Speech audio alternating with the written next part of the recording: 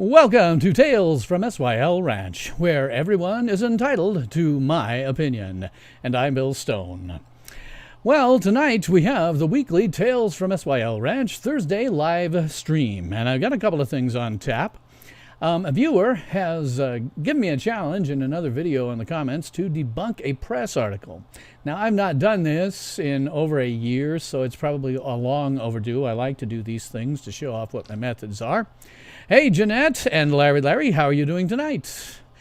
I've also got a response to some comments made on another video, but time constraints just made it difficult for me to continue with writing those responses. So, however, my viewers, you're very important to me, so I'm going to spend some time responding in the video, and hopefully that viewer is watching tonight and can provide feedback or challenge my replies. You can, of course, ask me any question, political, social, COVID, the ongoing terrorist attacks, or even things related to science fiction, fantasy, horror, superheroes, and other genre-related things. I am happy to answer each and every question, as many as I can, as long as I can read through it in my comments. And I will answer it in as much detail and as truthfully as I possibly can. There are some personal subjects that I won't discuss, but pretty much anything else is fair game. And glancing down at my comments, because I need my glasses because I'm an old man. Yes, that's right, Larry, live from the Daily Planet, of course. Yes, whenever I do one of these, I always want to throw up the Daily Planet. If you don't know, this chroma key comes from the Daily News building in New York City. It was the setting for the Daily Planet in the 1978 Superman movie, and I like it very much because of that.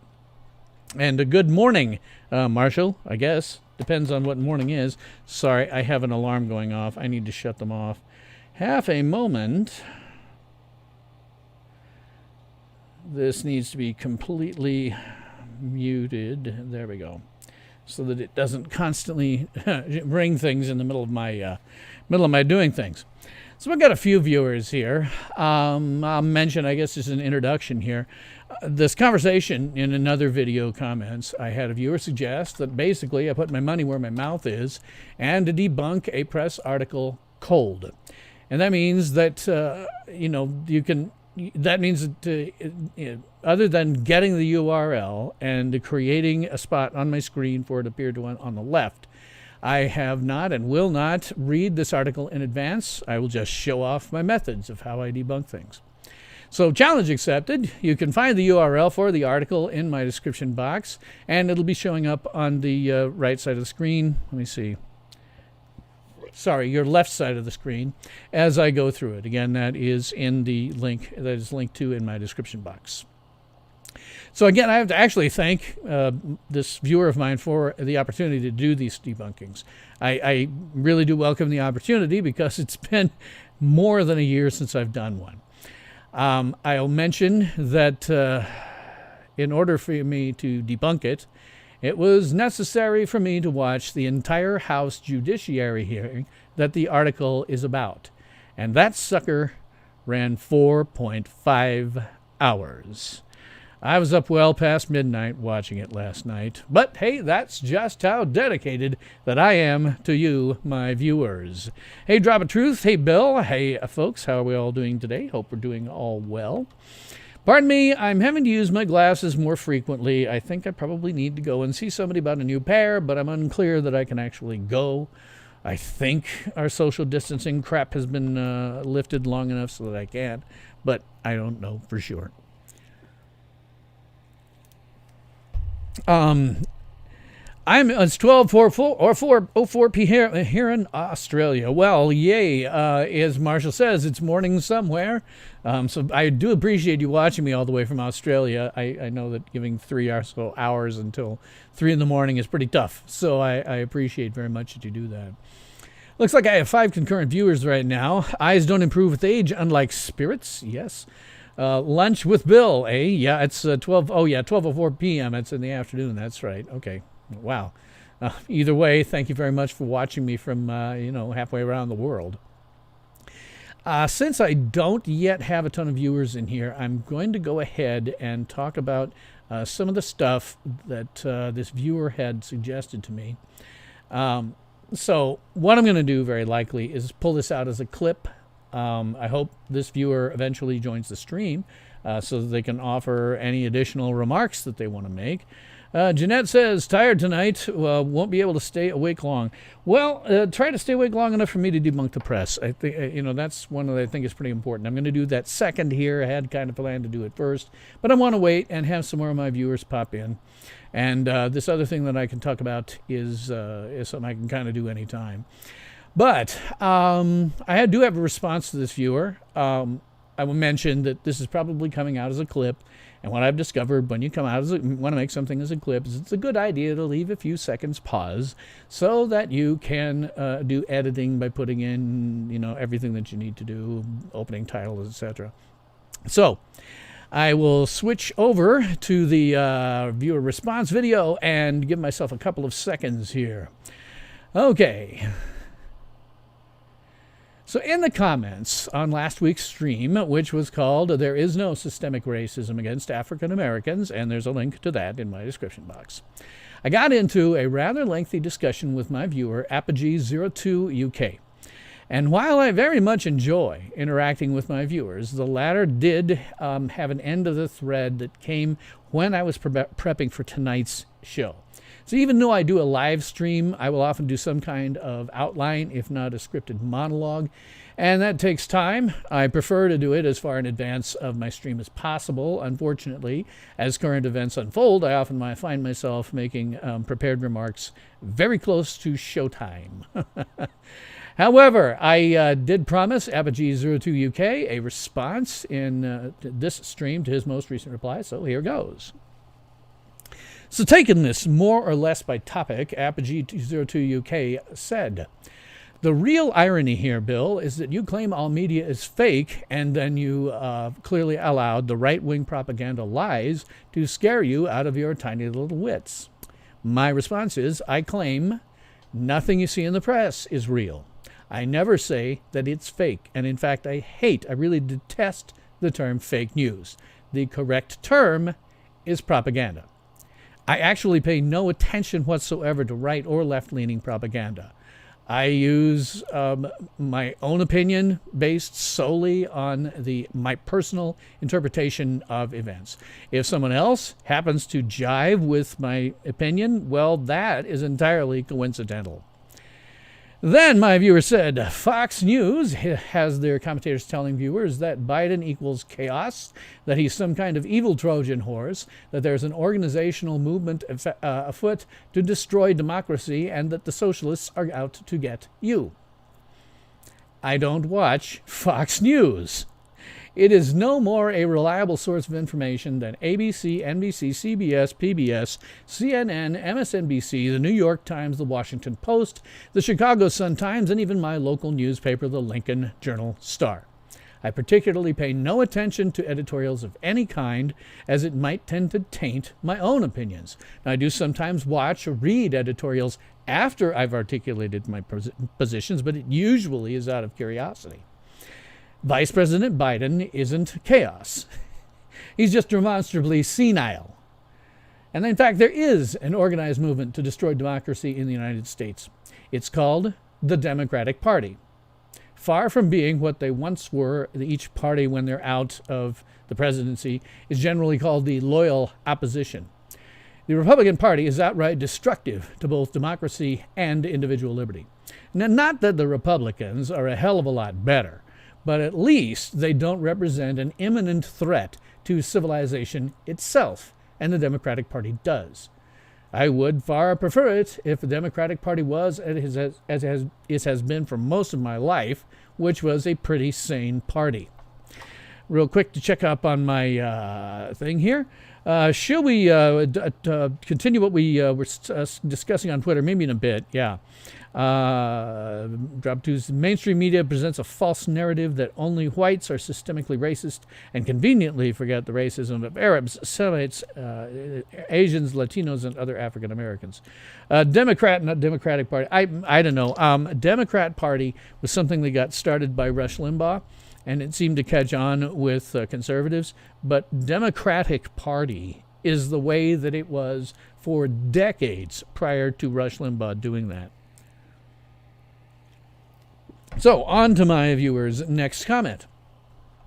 All the while, I'm speaking to me, ignoring Trump's never-ending campaign to sow doubts about the coming election, terrified by about his historic unpopularity, he's issuing endless lies.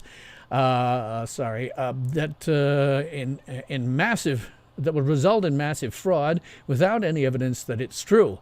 Remember the millions of illegal votes he whined about in the last election, none of which proved to have anything to do with reality.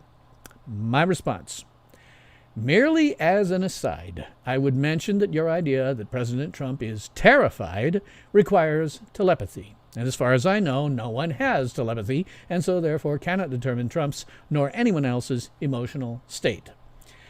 The fact that there is voter fraud in regards to mail-in voting, I can provide a specific example. In the 2016 presidential election, Des Moines, Iowa-based radio talk show host Simon Conway received 2 mail-in ballots, one from Iowa and one from Florida. He'd recently moved to Des Moines and was still on the voter rolls in Florida. Had he chosen to do so, he could have cast 2 ballots.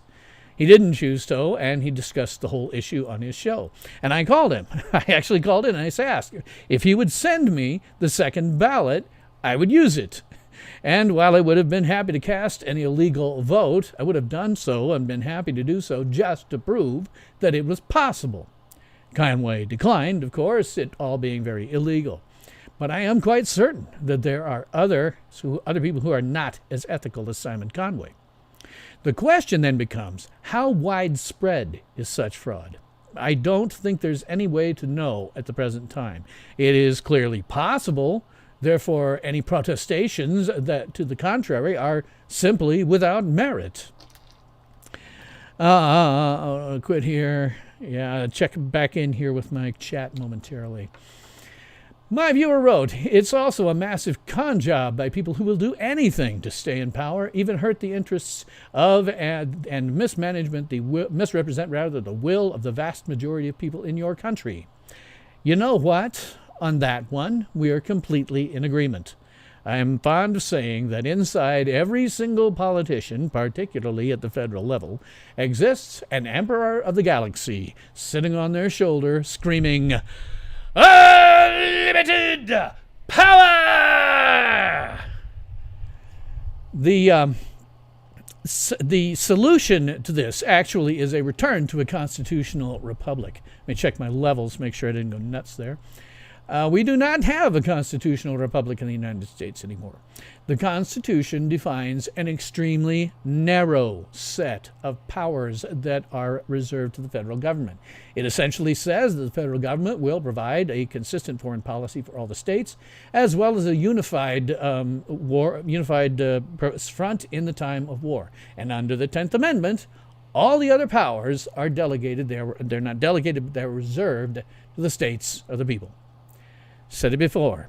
Today, 99.99999999999999999% of all federal laws are flatly unconstitutional by any sane reading of the document.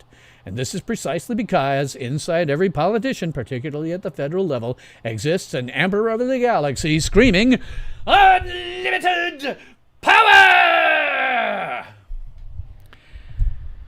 Our federal representatives spend all their time jockeying for power. That is, their sole goal is to acquire and maintain as much personal power as they can for as long as they can. And they do this by crafting law that is unconstitutional but exerts massive control over the lives and fortunes of approximately 330,149,796 individuals as of when I checked this morning. The way to stop this is a return to a constitutional republic in which the federal government's powers are limited solely to those defined in the Constitution. Why does that make you so happy when I yell about unlimited power? Because sadly it's true. Hey, Dean, how you doing tonight? I'm Dean, by the way, former student of mine, at the place that I always refer to on this show as the place that shall not be named, for Dean reasons that Dean knows. So, back to what my viewer said. He said, you say the number of people who don't believe in equality is somehow no longer an issue. And I say you are utterly, ridiculously naive for this belief. My response is, I didn't say it wasn't an issue. I said it was very rare. And in this I'm guided not by left-wing propaganda, but rather by life experience. You see, my city, Lincoln, Nebraska, once, headquartered in it, very much air quotes, the American Nazi Party. Said headquarters was the basement of a ramshackle house that I walked past a lot, as it was almost across the street from the high school that I went to. And if anybody took any level of notice, all it was to point and laugh. The Nazi Party was run by one racist nutjob spewing out his hate literature to an ever-dwindling audience. In fact, he used to get speaking gigs at the University of Nebraska, the Cornhuskers, while I was attending it, and he spoke to near-empty lecture halls whose audiences consisted of three groups. Journalism majors, who were covering him for back-page stories in the campus newspaper, psychology majors who wanted to see just what a real live racist sociopath looked like, and political science majors who wanted to see what a real live racist sociopath looked like. He was otherwise completely ignored, and this is an appropriate response. Whenever you pay attention to such cretins, it gives them power. The fact that there are very few Nazis by any true march that they ever held, that's obvious. They get at best, a couple of dozen people to show up. Similarly, white supremacists, the number has been dwindling for my entire life. The only reason that people believe otherwise is to do a leftist propaganda. President Trump, prior to President Trump's election, the press never trained their cameras on these morons. Now, in an effort to equate Republicans with racists and Nazis, they train their cameras on them constantly, no matter how irrelevant they're probably in real life. Whenever you pay attention to these loons, you give them power. Now, a perfect example of this is the Westboro Baptist Church. This, again, big air quotes, church, consists of a single extended family whose younger members are defecting. The younger members were raised as racists and homophobes, but they discovered that everyone hated their guts and wouldn't associate with them. And so simply, in order to be able to find a husband or wife or even a date, they've been forced to defect. Now, I know about the Westboro Baptist Church by virtue of them being based in neighboring Kansas. This is Nebraska. They were minor local news decades before they reached the national stage. And had the press never trained their cameras on them, they'd all be dead and gone by now. If the press ceases to train their cameras on them, they will be gone within a decade as the last remaining of their generation dies off. One must never listen to the press. It is filled to overflowing with propagandists who cannot get the facts right even when they try. Quick glance down here at my thing here. Franklin Jelen Skeletor, thank you. Let's see. Who seeks power? Those of low self-esteem. The people who seek power are power-mad, sociopathic narcissists by the textbook definition. If you look up antisocial personality disorder, which is what sociopathy is, and if you look up narcissistic personality disorder and you just look at the symptoms. Now, I am not a psychologist. I have family members who are, but I don't pretend to be one. But if you just look at the symptoms, you can tell that you're obviously dealing with high-functioning, power-mad, sociopathic narcissists. How violent are the riots are? Let me put a pin in that, and I'll get back to you there. And Dean, thank you very much for even watching the show. So. The riots today reminded me of the 70s. Where's Hanoi Jane Fonda? She exists in every single reporter. And I put those in air quotes, too. My viewer then said, I like Star Trek too, mate, but its vision of the future will not arrive until you recognize that, quote, the state is killing no more people than usual is not okay. Speaking the truth is always okay. Now, I dislike in the extreme that the state kills people. But the fact is that it's doing so at exactly the same rate it's done for my entire life. I rail against this, and I believe the solution, again, is a return to a constitutional republic. However, it is a factual statement that the state is killing at the same rate that it's always done during my entire life. It's also a factual statement that most of this killing is done overseas. And my viewer continued, perhaps the incontrovertible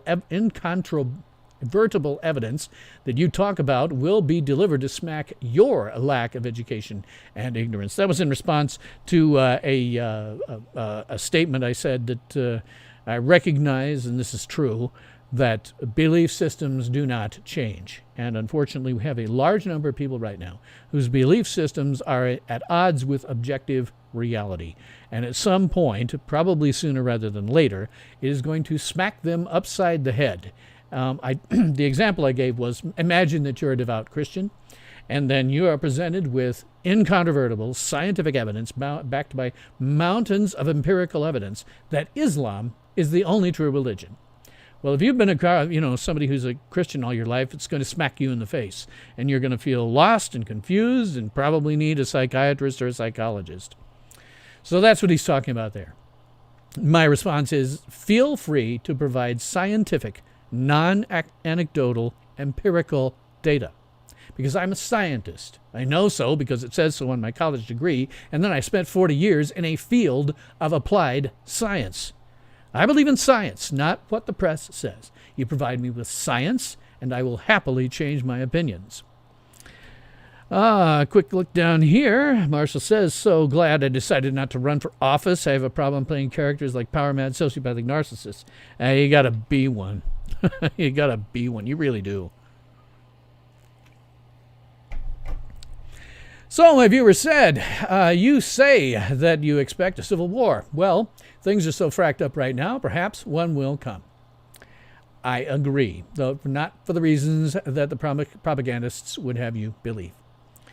Going back to my viewer, but if it does come, it will be courtesy of Putin and his cockholster Trump. The Russian conspiracy theory has been well and truly demolished. Please speak no more about it. Viewer said, debunk Trump's behavior at Helsinki, why don't you? And his never-ending diversive rhetoric. There's nothing to debunk. Trump's statements speak for themselves. You don't debunk direct quotes. That's not how this works. Back to my viewer, he said, that idiot is no leader. Two basic attributes that qualify someone as a leader are the ability to unite and the ability to deal with criticism. Trump has neither. My response is, there is no way to unite the United States. That has been rendered impossible by a propagandist press. Now, Trump deals with criticism very differently than most presidents. Most of them simply decline to comment on whatever the press says. But Trump does fight back, which is why his supporters like him. He also knows how to manipulate the press. And when I talk about that thing I'm about to debunk, I will be able to show you how he's manipulating them, and it is patently obvious to me because I have manipulated them myself from time to time. Viewer says he is a monstrous, empty shell of self-interest, and his base's inability to see this sham of a human being tells all. Well, that's your opinion. And opinions are just that, opinions. You're always entitled to your opinion. Except, of course, on my show, where everyone is entitled to my opinion. But, regardless, I certainly enjoy engaging my viewers and being challenged, just as you have done to me. Viewer says, Trump has systematically demolished U.S. world leadership and invited aggression from all its enemies. My response is that seems to be unsupported by the facts. The U.S. has had no significant aggression directed toward us during the Trump administration. The fact that he can mass the U.S. Navy almost off the coast of China, as he's been doing for several months now, is an obvious sign to other nations that he's prepared to protect American interests with military power if necessary. Now, if Trump's policies have destroyed world leadership, I think that's sort of a question of perspective. But it seemed that would, remember, this is a viewer who's from the United Kingdom. It seems to me that that would be a really excellent time for the UK to assert itself. The UK was once the largest, most dominant power in the entire world, and was for quite some time. It is not hyperbole that when they said the sun never sets on the British Empire, it was true. Now, if Trump has somehow abdicated the U.S.'s leadership, this would be a perfect time for you to lobby your own government to fill the power vacuum. The viewer said his treatment of the Kurds was criminal. I tend to agree on that one. And the viewer goes on, if Trump's not in bed with Putin, then why the hell does he keep sucking his cock? Again, the Russian conspiracy theory has been demolished. There's no point in believing in it anymore. It's exactly like believing that the U.S. government destroyed the World Trade Center towers on 9/11. It's just ridiculous. Let me check back here on my stuff. Blazer 101, hi, nice to see you tonight. Let's see. There's Bill Stone, BLM, and Antifa protesters are planning to take down the Statue of Liberty. Well, that might be true.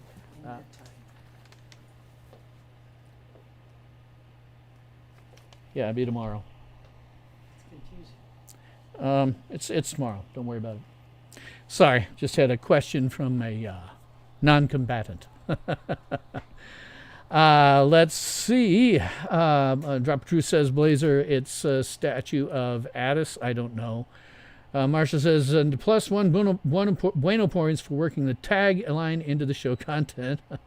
Drop of Truth says, good news. The morons tore down the statue of Albert Pike in Washington, D.C. Laughed. Trump was apologetic, condemned Freemasons. I don't know about that. Janet says, how many of the lines that scroll at the bottom can we get him to say tonight? Oh, I put them there so that I don't have to do that. Larry says, I don't see no protesters, only rioters and terrorists. To be fair, during the day, you will often see around the country legitimate protesters protesting peacefully. At night, it all goes to hell. Going back to my viewer here, he said, no matter what Trump says, the U.S. reputation is in tatters. How the hell is that in the interest of the U.S.?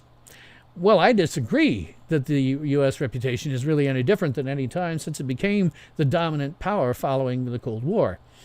However, if this is the case, then it is the perfect time for you to lobby the UK government to fill that power vacuum. And another thing he said, just promise one thing, Bill. If your war doesn't arrive, retire from the political punditry and this desperate bid for YouTube fame. It is not your forte. Well, I'm going to do what I like. Thank you very much.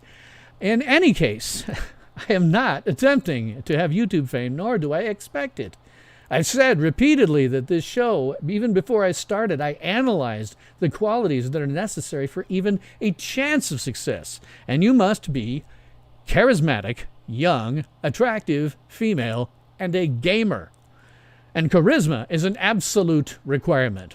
If you have some combination of the rest, you have some chance at success. And look at me, I know it. I have absolutely none of these attributes. But even if you're charismatic, young, attractive female, and a gamer, you should never go into this expecting success. It is like any other artistic endeavor. Failure is orders of magnitude more likely. And then Apogee02UK, he gave me a second post that was, we talked about education and how bad it is in the U.S. He sent me an article from The Guardian with regards what ultimately to the U.S. Civil War never ending. It's an opinion piece. It is not fact. If anything, it is frankly propaganda, and it is therefore irrelevant. So that was my response to that viewer. I hope he watches it now, or maybe watches it on demand. So let me go look back at my Shadowman Sarah's late. Hail all. Well, yes, great. Drop two's Bill still in first gear, but he's revving up. Yeah, I kind of am.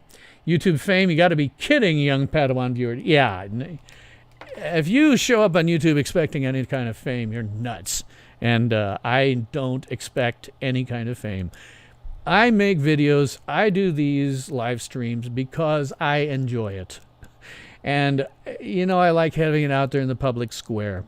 If anybody else happens to enjoy it, if you guys happen to watch like you're doing, more power to you. Glad to have you. Awesome, wonderful. But I'm not seeing 150,000 subs.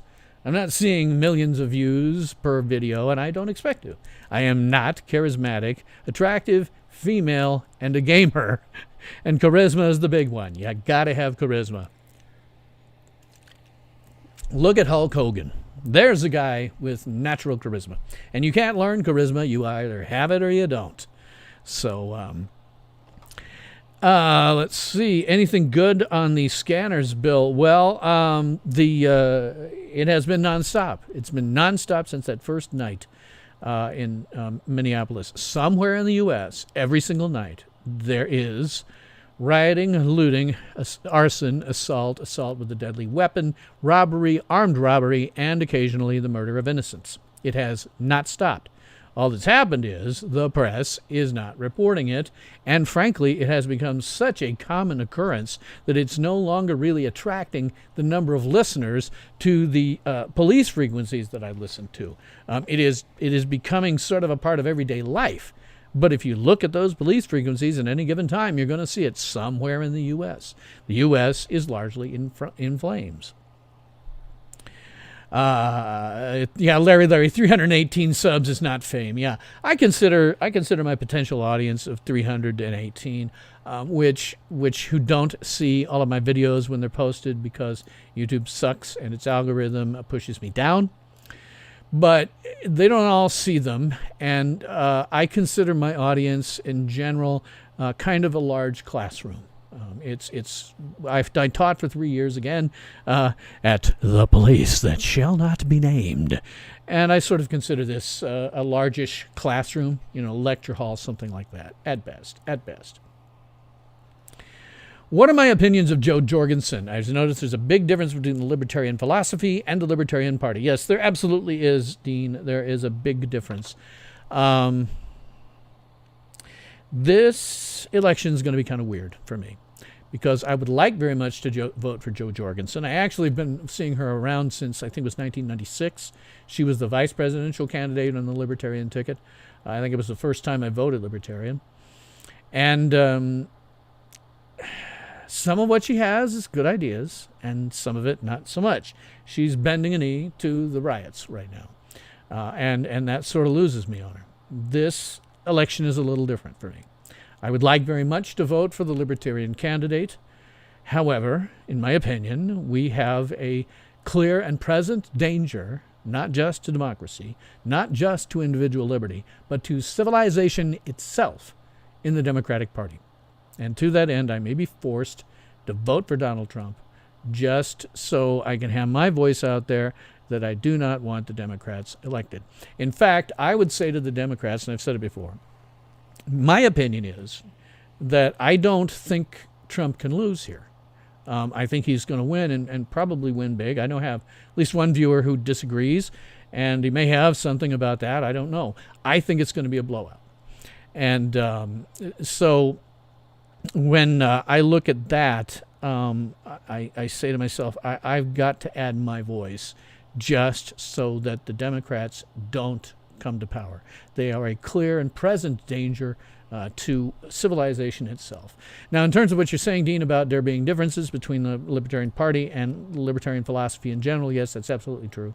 Libertarian Party is based along the lines of the zero aggression principle, which states no human being has the right, under any circumstances, to initiate force against another human being, nor to threaten or delegate its initiation.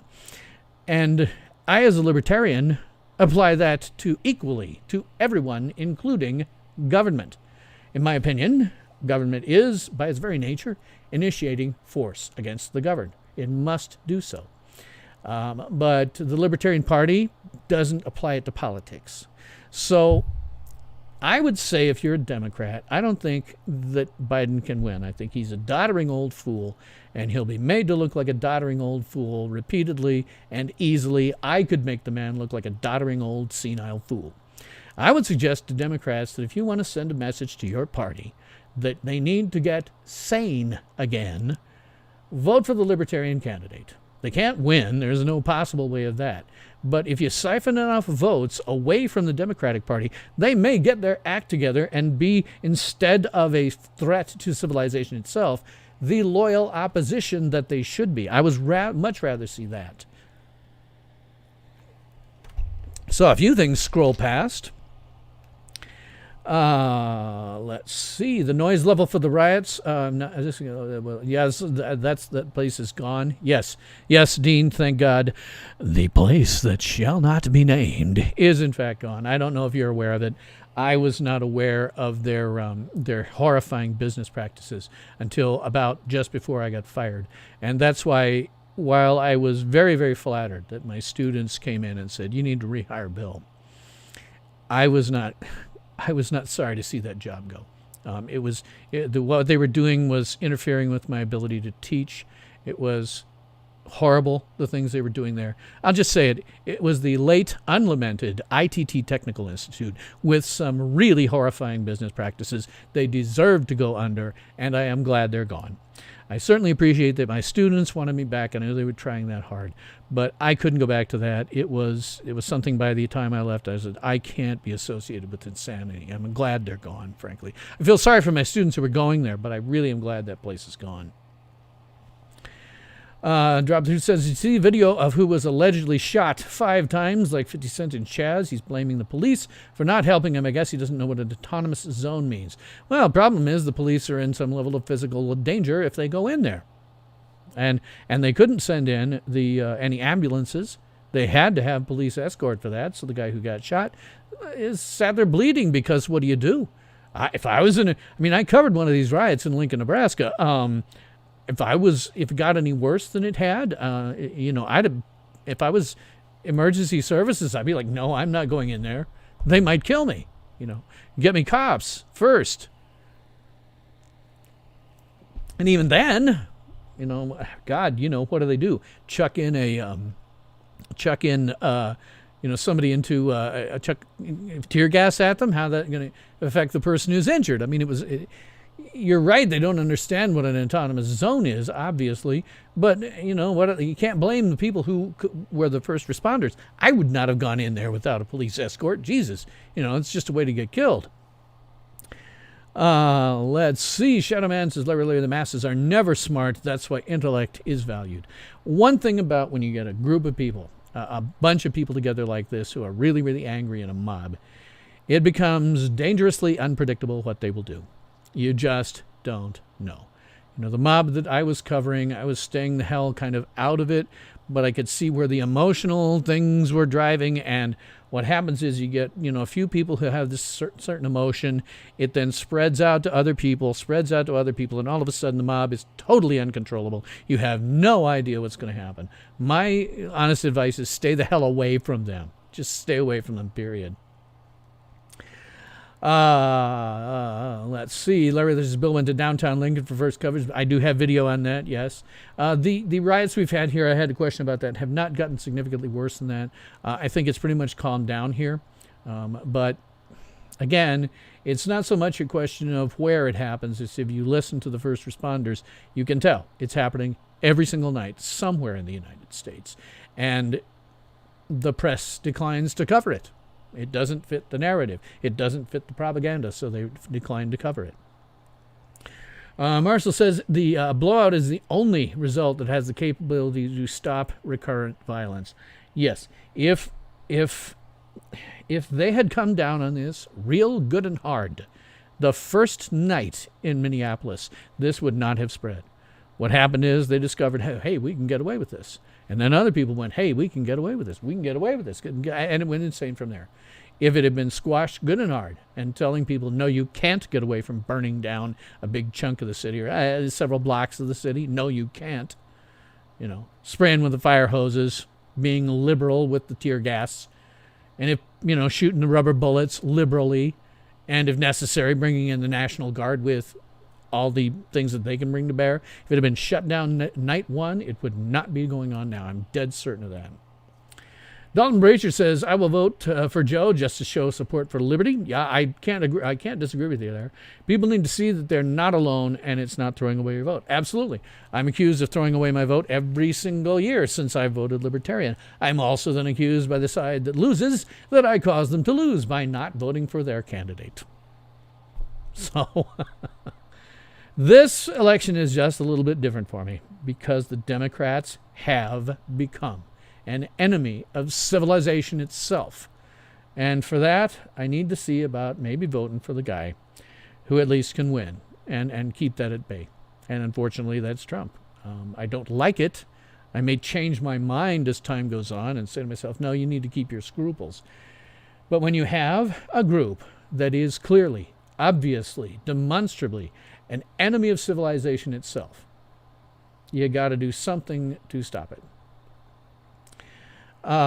Yes, Larry, Democrats are anti-liberty. Yes. Violence will step in until will escalate until the military steps in. At this point, I think you're probably right. We've talked about that on Twitter. Martial law, perhaps far left, wants this to happen.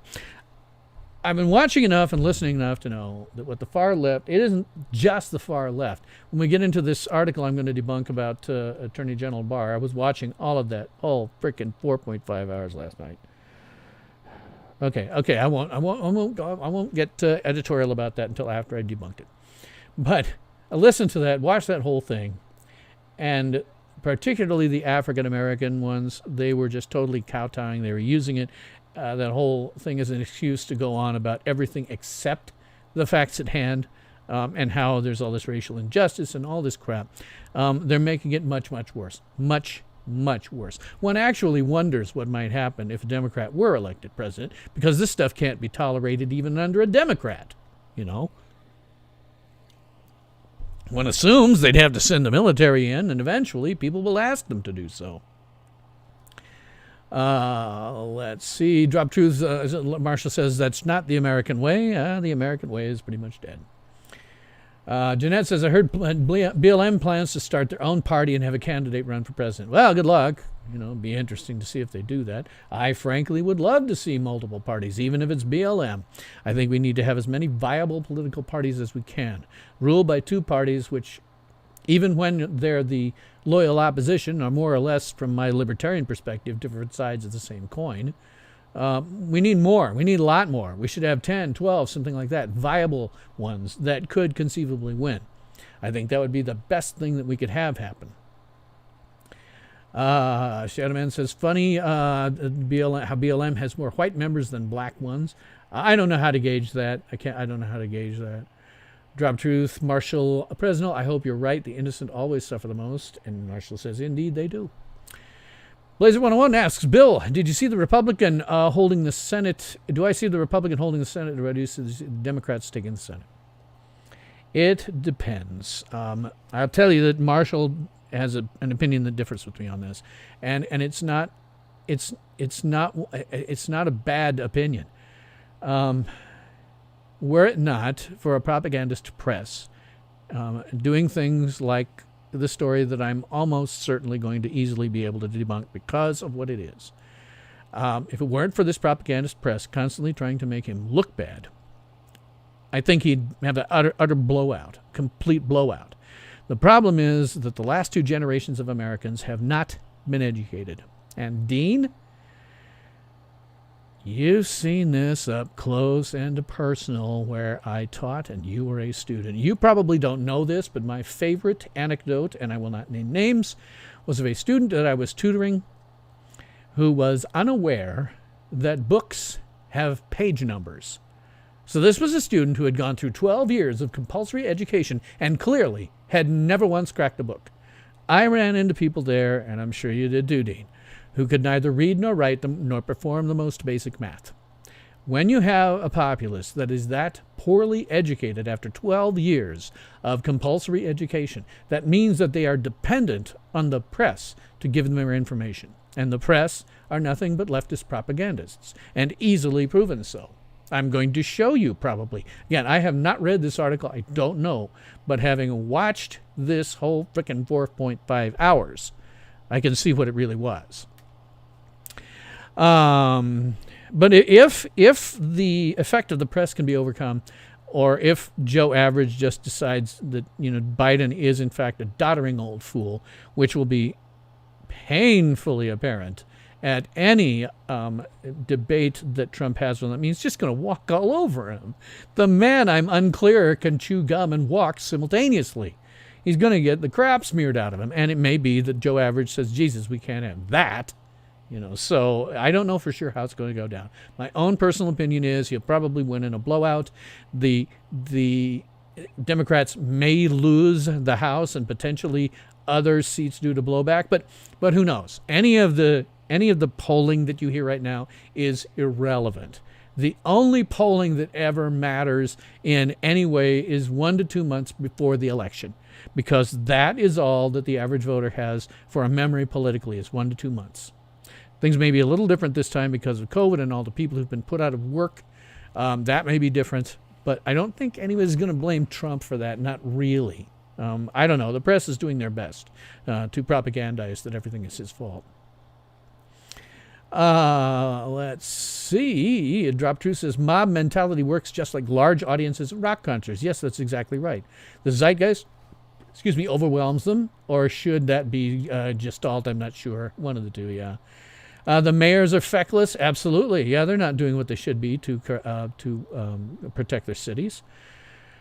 The FBI found the noose at the NASCAR garage was a handle to pull the garage down, made it sound like a hate crime on a black race car driver. Yes, and they will never retract it.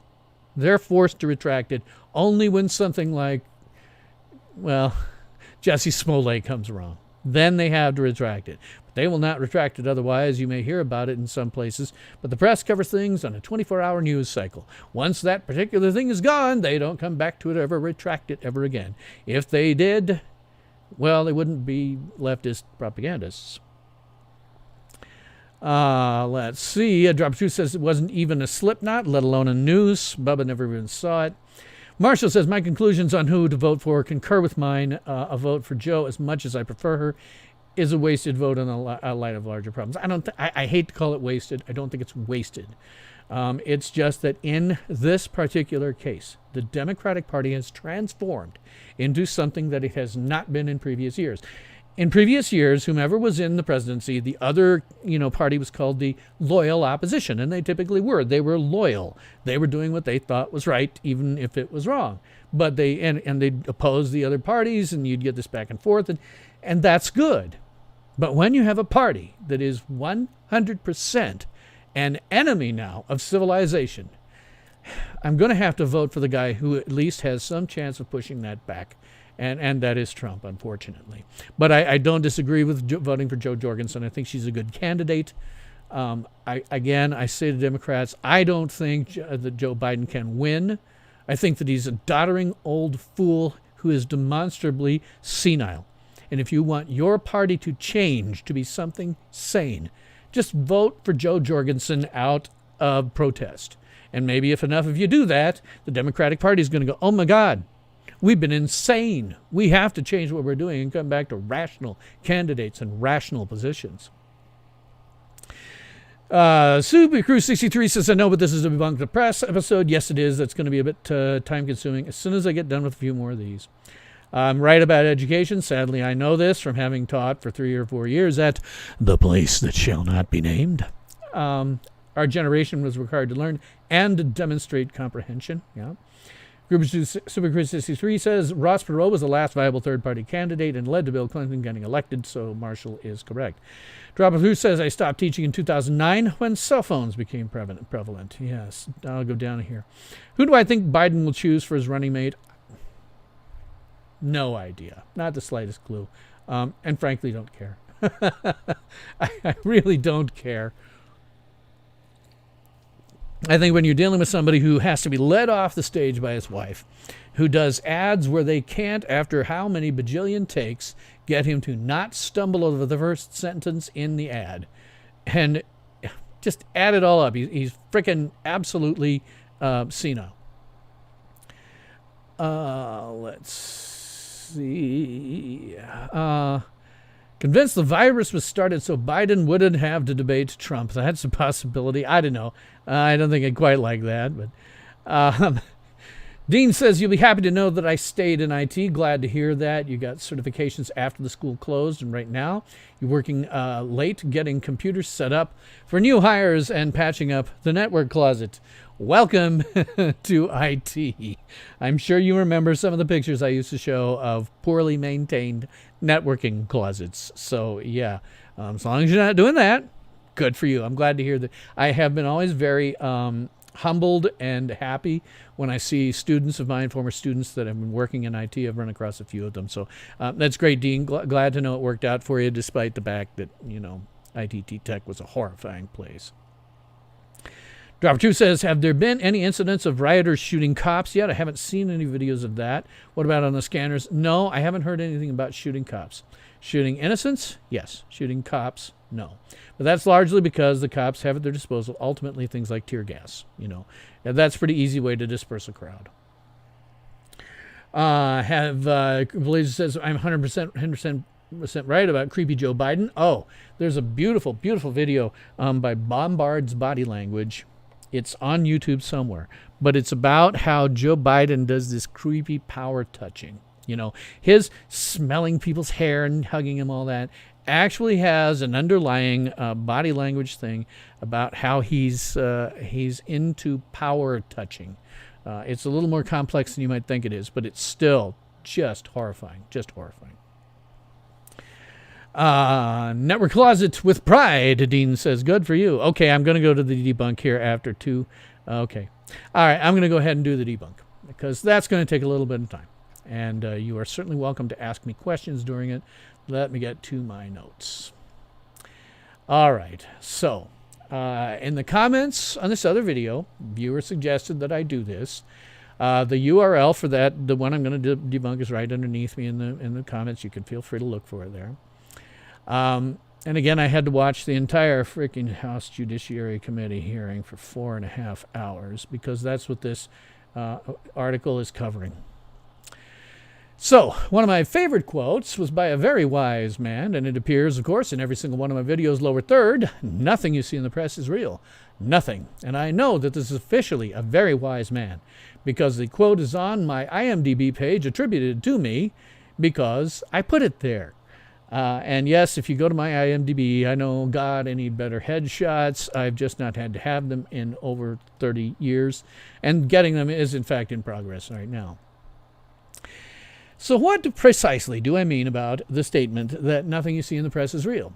Well, it means that given about 30 minutes, I can prove, not 30 minutes what I'm going to do now because I'm going to walk through my methods, but given about 30 minutes, you can give me any article from any story from any news source, and I can prove one of 3 things.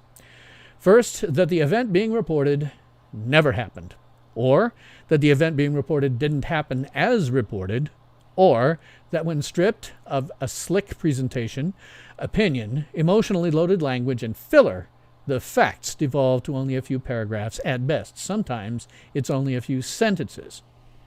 So how is it that I can do this? Well, it's because for the last 30 years, I have engaged in an extremely masochistic hobby of debunking the press. This all started a long time ago in a galaxy far, far away. Oh, and by the way, I'd mention, Dean knows this, and I found it out while I was teaching. My students used to refer to me as Professor Bobblehead. So you'll see me, that's actually true. You'll see me move my head probably more than the rest of my body. Anyway, it all started a very long time ago when I was 15 years old, and I was being interviewed by my local paper, the Lincoln Journal-Star, for a completely useless human interest fluff piece. But I said something during the course of that interview that the reporter said would be too scandalous to come from a 15-year-old. And so she suggested a replacement quote. So that was when I was first tipped off that, hey, wait a minute, they're not always reporting the facts. A few years later, I was studying acting at the University of Nebraska, and that's 1 year, I think it was 19. The film Terms of Endearment which starred Deborah Winger and Jack Nicholson and all kinds of other famous names, Shirley MacLaine. That was shot partially on location in Lincoln, Nebraska. So Deborah Winger, who was a passable movie star at that time, she was coming in for first a press conference and then a reception afterwards. Now, I had a friend and I who were theater students, so we forged press credentials so we could come. As far as anybody knew, we were from some small-town college in western Nebraska that didn't actually exist. So they'd taken Winger. They had flown her into the Lincoln Municipal Airport, not an international one, driven her about 15 to 20 minutes to the hotel, escorted her into the ballroom, and then they started asking questions. Now, she hadn't seen anything of Lincoln, aside from what you could see over the air, and, this 20 minutes driving down a main drag, but that was really all. And at that time, Lincoln was a city of about 150,000 people. It's doubled since then, more than doubled. But they had her in, and she was asking, the usual stupid things reporters ask movie stars, blah, blah, blah. And one of them asks, what are you going to do when you're not filming? Well, this is a common question. It's so common that entertainers have really pat answers for this, and the pat answer is something like this. She should have done this. Well, I haven't really seen much of the city. I can tell that it's very beautiful from the air, and driving here, and the people I've seen and been with so far are very, very friendly. It's very different than Los Angeles. I can't wait to get out and explore. Who wants to show me around? Picture, picture, picture. That ain't what she said. What she said was, I don't know, is there anything to do? Now, that is a perfectly reasonable answer. Dealing with a city of 150,000, much, much smaller than Los Angeles and the LA metro area. She didn't know what was, she hadn't seen the city. She had no idea. In fact, the University of Nebraska at Lincoln had at that time like 20,000 students. There was a lot of nightlife, but she didn't know that. How would she? Well, then came the reception, and I met her. I shook her hand, and I said, it's nice to meet you, Miss Winger.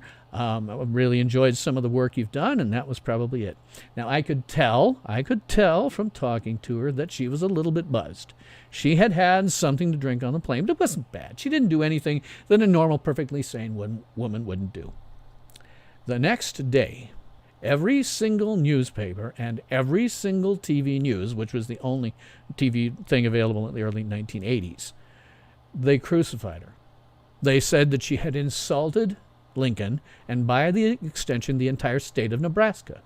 They said that she was a drunken whore who had it on every man present at that reception. Well, I was there. Complete and utter lies. Total fabrications. None of it was true. I watched it go down with my own two eyes. Totally false. But what she'd done was left them an opening. They love to do hit pieces. She left them an opening by saying, I don't know, is there anything to do? Whoa, that was it. That was their opening. That's what the press does. They sell ink by virtue of making things look bad. And in fact, Deborah Winger liked Lincoln, Nebraska. She had an ongoing relationship with Nebraska's governor. She flew into Lincoln, that's the state capital. She flew into Lincoln to see him all the time. She liked the place. And yet the press, from that moment on, it became a point where it was a tip-over, where she became our movie star. But for the longest time, they just lied about her. Constantly. Just lied and lied and lied. So then I was much later, a few years later, I was working as an actor in the Clinton Showboat Theater in Clinton, Iowa. I don't know if it's still there, but it was an interesting place to do summer stock work. And there was a reporter for the Clinton Herald, and everybody who had been around there more than one season said to the other cast members, look, watch out what you say to her. Be very, very careful. We don't know why, but if you say anything that leaves her an opening, she will do a hit piece on you. Well, I thought I was good, but I wasn't. She still did a hit piece on me. Just complete lies, mistruths, to all of it. I worked with the press off and on for many, many years after that. And one that really comes to mind was when I was living in suburban Chicago, and there was a dispute between Schaumburg and a piece of land near ours that Schaumburg wanted to annex. So I went down to the Schaumburg, city council. I spoke against its annexation, and the Chicago Sun-Times was there. The female reporter from the Chicago Sun-Times was there, and it was clear that the Chicago Sun-Times was taking this as a little guy versus City Hall, with us being the little guy. And so she interviewed me, and I gave her what I thought were some pretty good quotes that she could use. Next morning, woke up, went downstairs, flipped open the Chicago Sun-Times. There I was, being quoted as saying things I never said. They completely made up my quotes. I said to my ex, who was my wife at the time, I said, hey, look at this. These are really good quotes. I wish that it had occurred to me to say them. And every single time I have ever been involved with the press, before or since, they have always done something that is completely fabricated. And in fact, they're fairly easy to manipulate. What they do is they come to any kind of story with at least what I used to call, and what I was taught when I took a couple of journalism classes, an angle. To these days, that means, what's your point of view? What is the perspective how are you going to spin this? What is the perspective that we are going to spin this story as? So the reporter comes down, and they're assigned that by an editor or a producer. They go down and they, look for things that are going to support that angle. Now, sometimes objective reality is completely at odds with those angles. But so then the reporter starts interviewing people, and they can't find people whose quotes they can use. There's blah, blah, blah, blah. And they eventually have to write the story as, this is our angle, it's the right way. But all these people over here are hostile to it. They're bad, they're evil. This is good, that's evil. Now, if they find that there is some people that can support their angle, well, then they'll usually be very nice to them, portray them in glowing light, because it makes the reporter's job a lot easier. If you can give them good quotes, something they can use, then it makes it easier for them to write their story. Now, they cannot deviate from the angle that they have been assigned. If they do, their story won't run. And if they get stories that don't run for too long, they get fired. So they must do this. So if you want to manipulate them, it's really easy. All that you do is you ask them what their angle is. They'll usually tell you. So you ask what the angle is, and then you tailor your statements so that you and your cause look like the good guy on their angle. It doesn't necessarily have to be non-factual. You just carefully move things over so that what you want to get out, your word, supports the angle. That means the reporter has it easy. They can go and write their story, get it in long before their deadline. Everything's hunky and dory for them. That's how you manipulate them. Ask them their angle, and then support it, and you'll be portrayed in a glowing light. Real quick, get back to my stuff here. Looks like most people aren't talking while I'm doing this. That's a good thing. Let's see. Okay, so I have now been doing this for so damned long that my methods are second nature to me. And any news item that I see, regardless of where it comes from, I am able to just, my methods tend to automatically kick in now. And that's why I can say with firm conviction that nothing you see in the press is real. Nothing. Because I have standards that journalists don't have. The basic standard that I operate under is a profession, a fictional one, invented by author Robert A. Heinlein for his 1962 Hugo Award-winning novel, A Stranger in a Strange Land. And that is the concept of a fair witness. Now, a fair witness makes no assumptions about anything. All they can do is talk about what they can see, feel, hear, touch, etc. at any given moment. So, for example, if you asked a fair witness, what color is the house across the street? They would say, it's white on this side. They wouldn't assume that any of the sides that they weren't currently viewing were anything other than some other color. It's white on this side, and that's all. And if you took them around, walked them around the house, and they saw that each wall was white, they would not assume that it didn't spontaneously, one of those walls, turn green the moment that they weren't looking at. No assumptions. What can you see? What can you hear? What can you feel? What can you smell at a point in time? And no assumptions made about anything else. So when I do this, I try to attempt to do these things with the concept of a fair witness in mind. Now, I am not going to pretend that I am a fair witness. I wish that this profession existed. It would be wonderful if it did. But I try to apply those kinds of standards. What can we see? What are we actually seeing as opposed to what's being said? Real quick. That's about it. Okay, I think everybody's gone. Shadow Man, Jim Marshall, President, Senior Systems Engineer here. Feel the same way in the market. Steel values I experience. Thank God, I'll do it till I can't. Yeah, I had the same opinion. I did it until I couldn't for health reasons. So, all right. So we are going to debunk this story. If I can find it. Okay, so we're going to debunk this story. It's given to me by a viewer and said, okay, what's wrong about this one? Okay, so we're going to apply our standards as a fair witness. What can we see? What can we hear? And again, I watched, for preparation, I watched the entirety of this damned thing. This whole, again, I'll try not to editorialize about it. 4.5 hours worth of this entire thing. The entire Justice Department hearing. So, here we first have our first indication that we are dealing with what amounts to propagandists. And that's because, I don't know if you can see it, they have got this on their masthead. The Washington Post added the "Democracy Dies in Darkness" with a black masthead the day that President Trump was inaugurated. Clearly, just from looking at that masthead, we know that we are not dealing with people who are going to be fair. They put that up solely because of Trump. That tells you everything that you need to know right there about what the angle is going to be for any story that they have with Trump. Because they hate him and they want him gone. Now, these are people you have to remember who are sort of drunk on power because the press largely got rid of Richard Nixon. It was largely the press. They see themselves as the kingmakers. But when you see something like this, "Democracy Dies in Darkness," which was applied with that black background only after President Trump was elected, you know, for a fact, exactly where they're going to come at this with their angles. So, let me go up and see if I can find my... Okay, this is all vamp.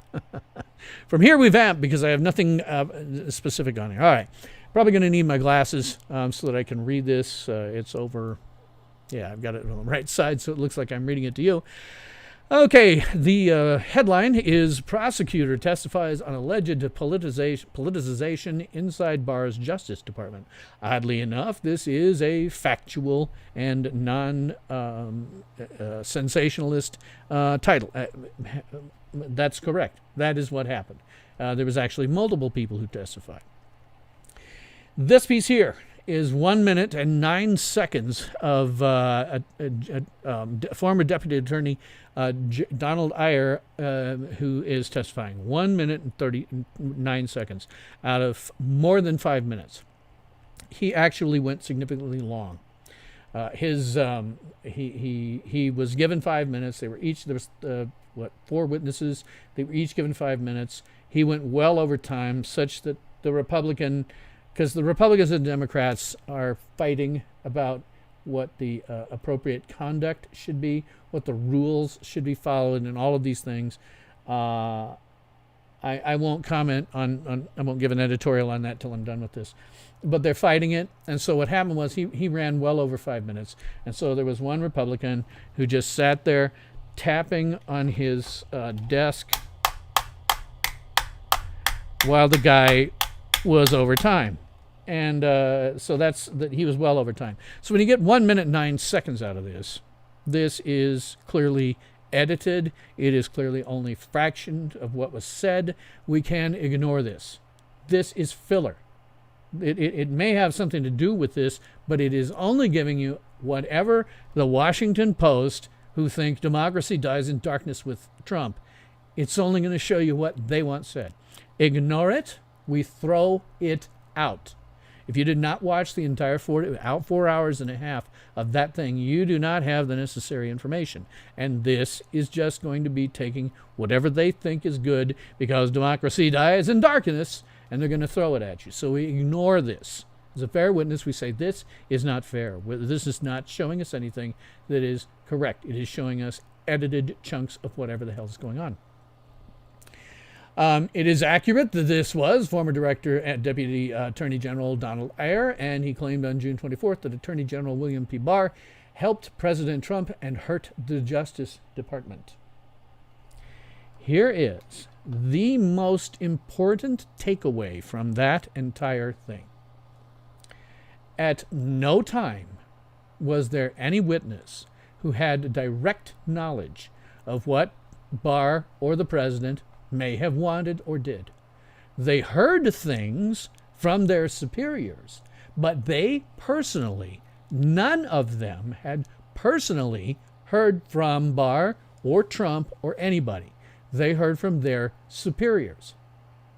That means that what they're doing for the entire hour and 45 minutes, with the exception of one piece of fact, was nothing but hearsay.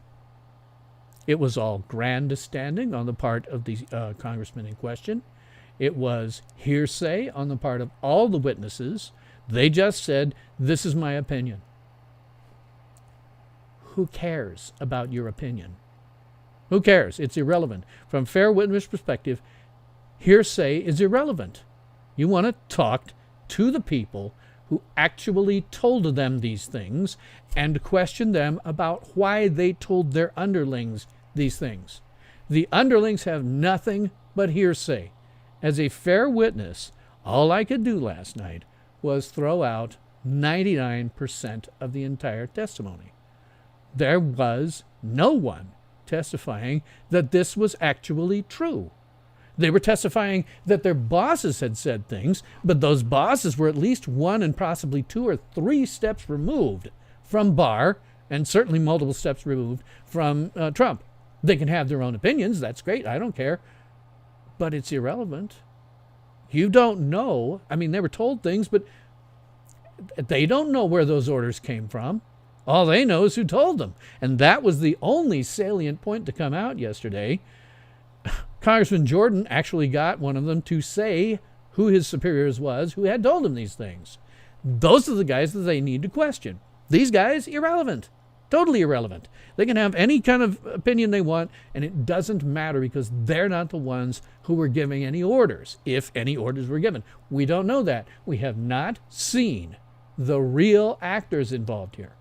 They need to subpoena those people and talk to them directly. And the rest of it, 4 hours and a half. Irrelevant. Just irrelevant. Hearsay. Irrelevant. Now, let's walk through the video. The article. I'm going to explain how they're propagandizing this. So, the House Judiciary Committee heard testimony Wednesday from a federal prosecutor and another witness who have accused Attorney General William P. Barr and his top deputies of acting, quote, based on political considerations and a desire to appease Trump.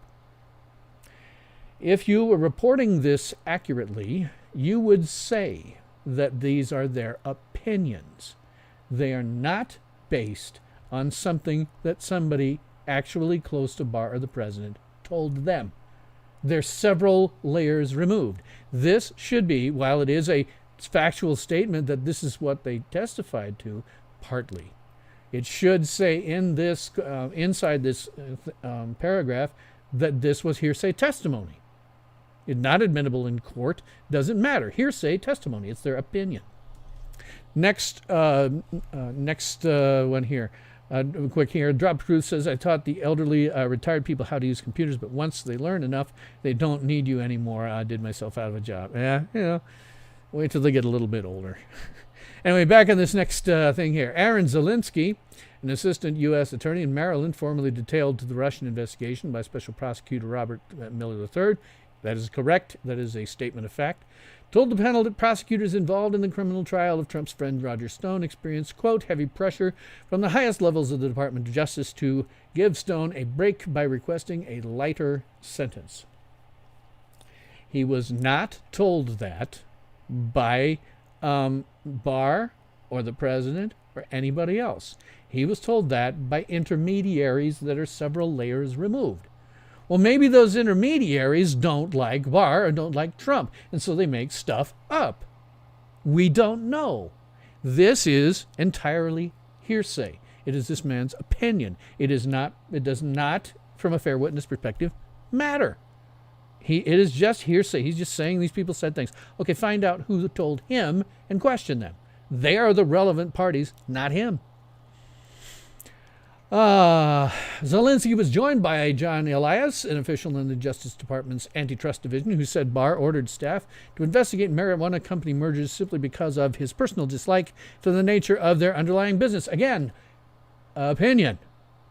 Not something Barr said. We don't know that he said that. We don't know what the underlying motivation for this might have been. And I don't know if this stuff is, we have to hear from the people involved. Otherwise, we're just dealing with hearsay and opinion. And this article did not say that it was hearsay and opinion. They did not point out that these people are just giving opinions, that the people they say told them to do these things are layers up from them. And those are the people who matter. Those are the ones you're supposed to contact. Also appearing before the panel were former U.S. Attorney General Michael B. Mukasey and former Deputy Attorney General Donald Iyer, who has publicly called on Barr to step down. That is a factual statement about who was there. In his testimony, Iyer said that Barr, quote, poses the greatest threat in my lifetime to our rule of law, end quote, while Mukasey dismissed allegations that the Justice Department has become politicized under Barr. I would note that the Republicans are not allowed to make very many questions, and they were the only ones who questioned Mukasey, and he was totally at odds with everybody else. But again, it's opinion. It's opinion by people who were not there, who did not talk to Barr, who did not talk to the president. It is multiple layers down. It is opinion of people who are in government but are out of it now and have not seen the people talking about it. It is several layers down.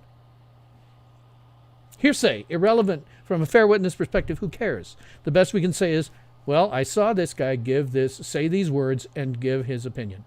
I did not see the people that he was talking about. I have no idea whether what he's saying is true. Meanwhile, Barr has accepted an invitation from the panel's chairman, Representative Gerald Nadler, to appear for a, quote, general oversight hearing on June 28th. Barr's spokeswoman, Carrie Kupek, said in a tweet Wednesday, according to Judiciary Committee spokesman, the Judiciary Justice Department contacted the panel on Tuesday regarding a date for Barr's testimony to avoid a subpoena for the Attorney General. A spokesman said that. We don't know. Just because somebody says that Barr was trying to avoid subpoena, we don't know that. We haven't talked to Barr. We don't know what's going on in his mind or what the circumstances may be. We don't know. The best we can say is, as they say here, the Judiciary Committee person said that. But if we were accurately reporting the facts, we would say, however, this is their opinion. We have no proof that this is the case. We don't know. Let's see. I'll talk to you again about, put a pin in that one about Drop of Truth. Roger Stone. Let me finish this up and I'll talk about Stone and Flynn.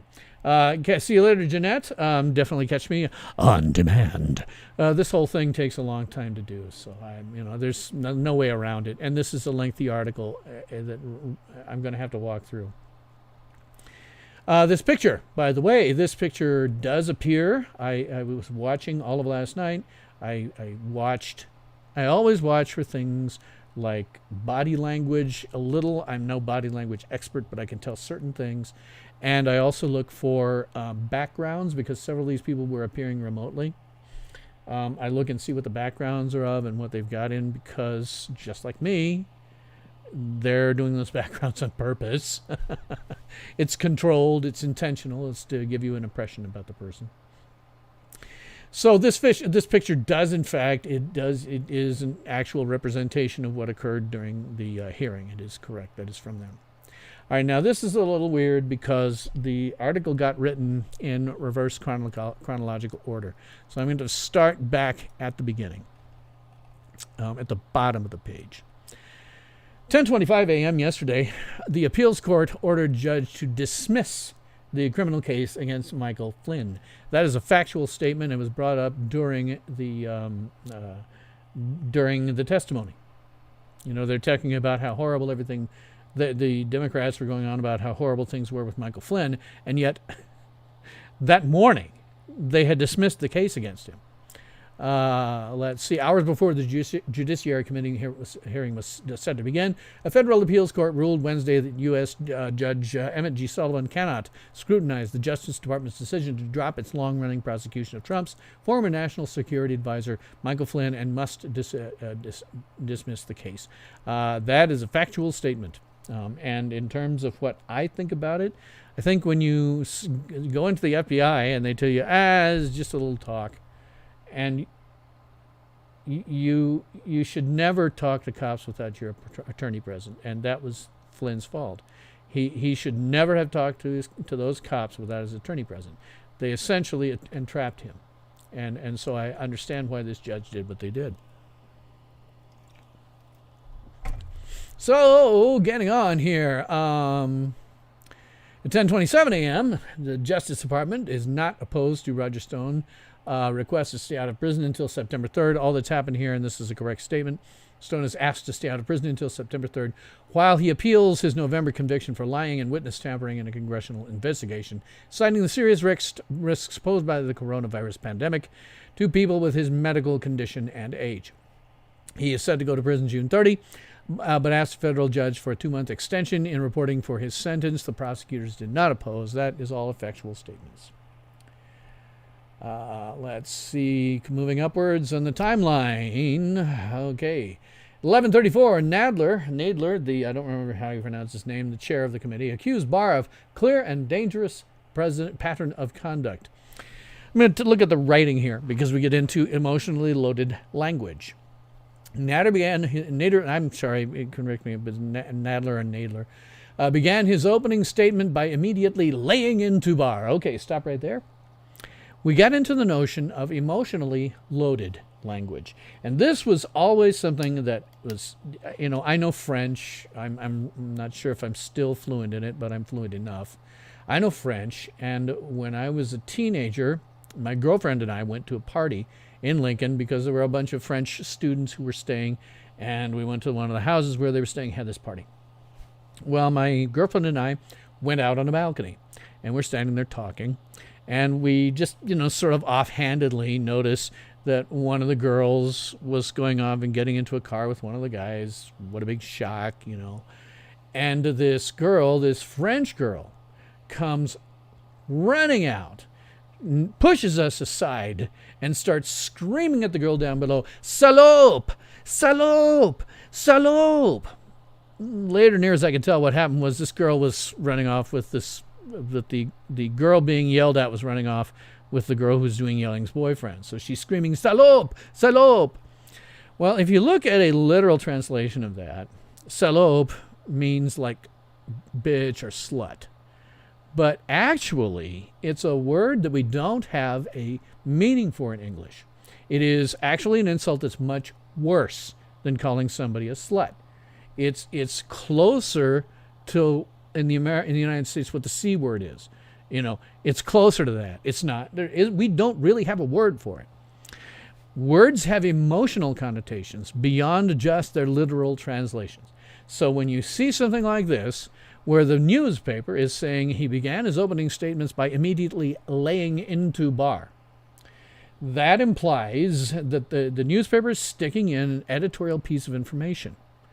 That should really say, Nadler began his opening statement by criticizing Barr. That is a more emotionally neutral set of words. Laying into Barr. He just laid into him. That's That's got an aggressive emotional connotation behind it. Criticizing him does not. So that is where, right there, your newspaper is being a little bit propagandist. They're saying he laid into him. He's ready to come out and lay into him. Going on, he pointing to the Attorney General's role in the ouster in the past week of Jeffrey Berman as top federal prosecutor in New York. We don't actually know for sure what the Attorney General's role in that was. We have tweets, which are meaningless. You never take tweets seriously.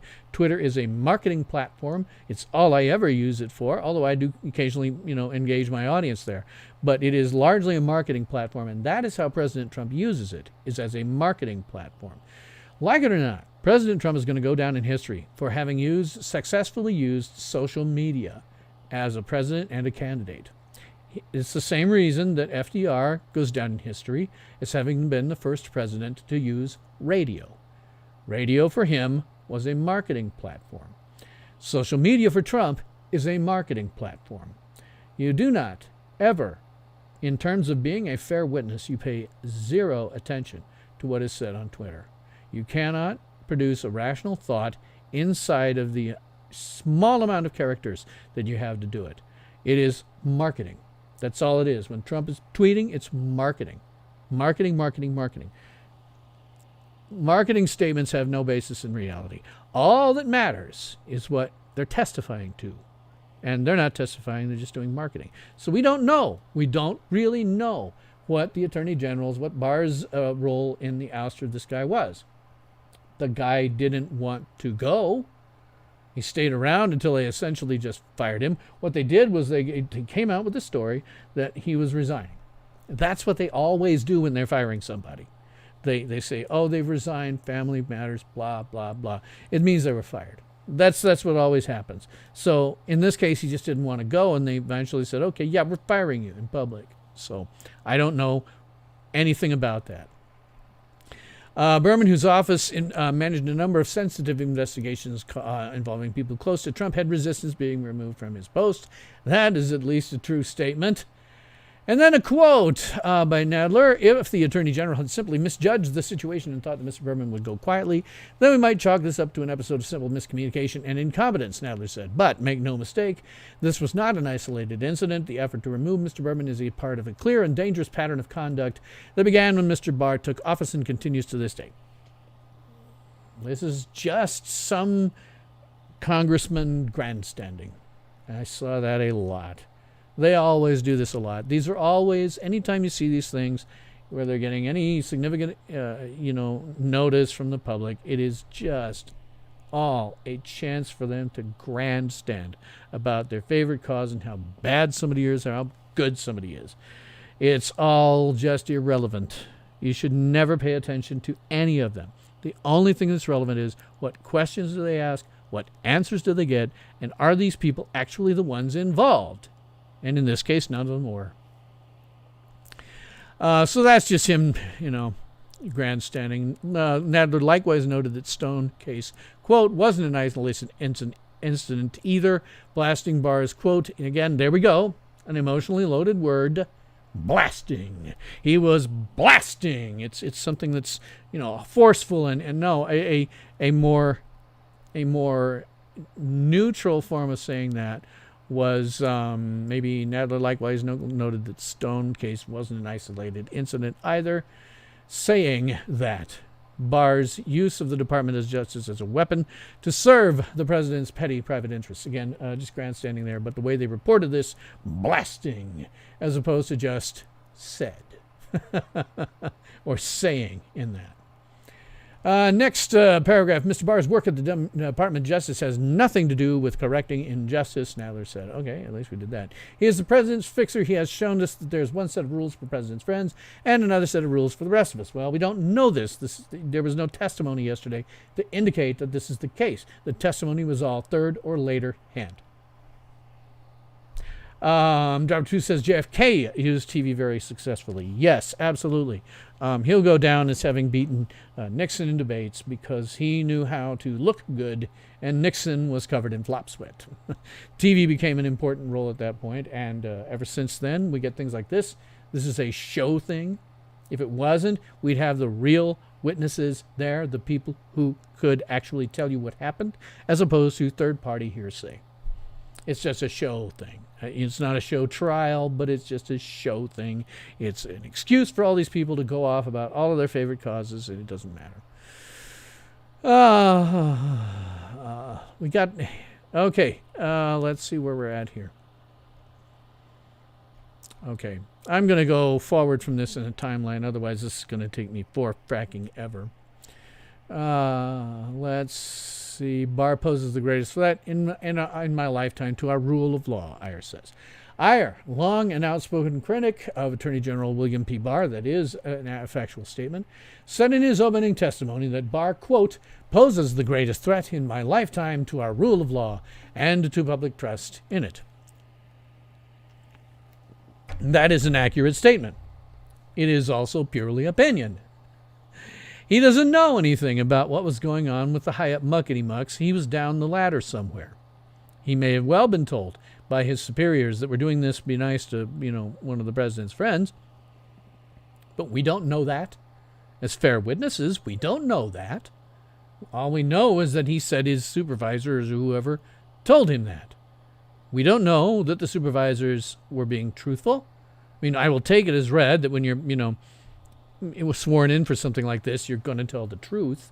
So we have to say, okay, all right. So his superiors were saying these things, but that doesn't get you to the president or the attorney general. It just doesn't. Gets you to the next level. You need to call those people in and say, who told you that? And find out where they heard it. This may just have been a damn rumor that was going around. Who knows? Who knows? There's no way to know. As a fair witness, we have no way to know. All we can say is, okay, this guy said his superiors said to do these things. I am frankly not going to spend a whole bunch of time going through this because with the exception of Representative Jordan, it was all nothing but opinion and hearsay.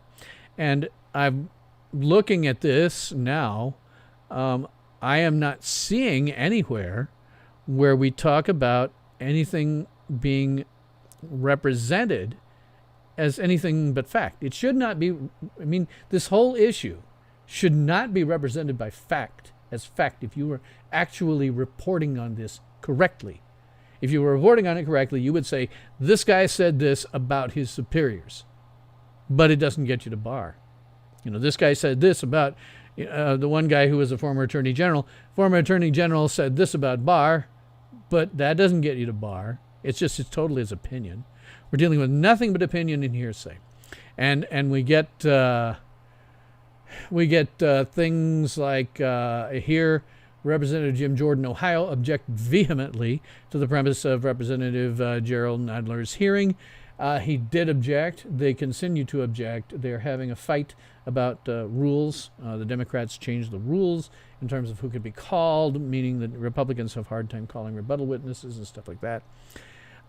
As a reporter, as a fair witness, I could not say that he objected vehemently because this is ongoing. I could say he objected. I would not, as a fair witness, use an emotionally loaded word like vehemently. That is opinion. Maybe you're watching him and you're going, yay, all right, awesome, glad he did that. Or maybe you're looking at it and go, what an a-hole, he's just getting in the way. But vehemently is an emotionally loaded word. It has a meaning beyond just the literal translation and should not be used. Shouldn't be used. We see that a lot. Let me just scan through it here. Yeah, Jordan said some nice things about it. Fortunately, we're not seeing a ton of emotionally loaded language, but we are seeing. Let me go forward from here because we're all just into territory where it's nothing but hearsay and third-party stuff that does not tell you what Barr was doing. Talked about the marijuana companies being investigated for a merger.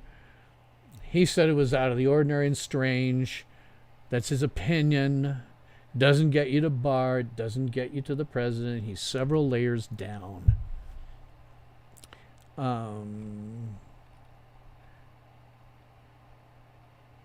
Let's see. Tapping and screaming partisan chaos emerges early on. That is inaccurate. Yes, there was a guy who was tapping. It was annoying. While the first guy was going way, way over time, he was tapping, and because he objected first to the chair, and the chair said, no, he can go on.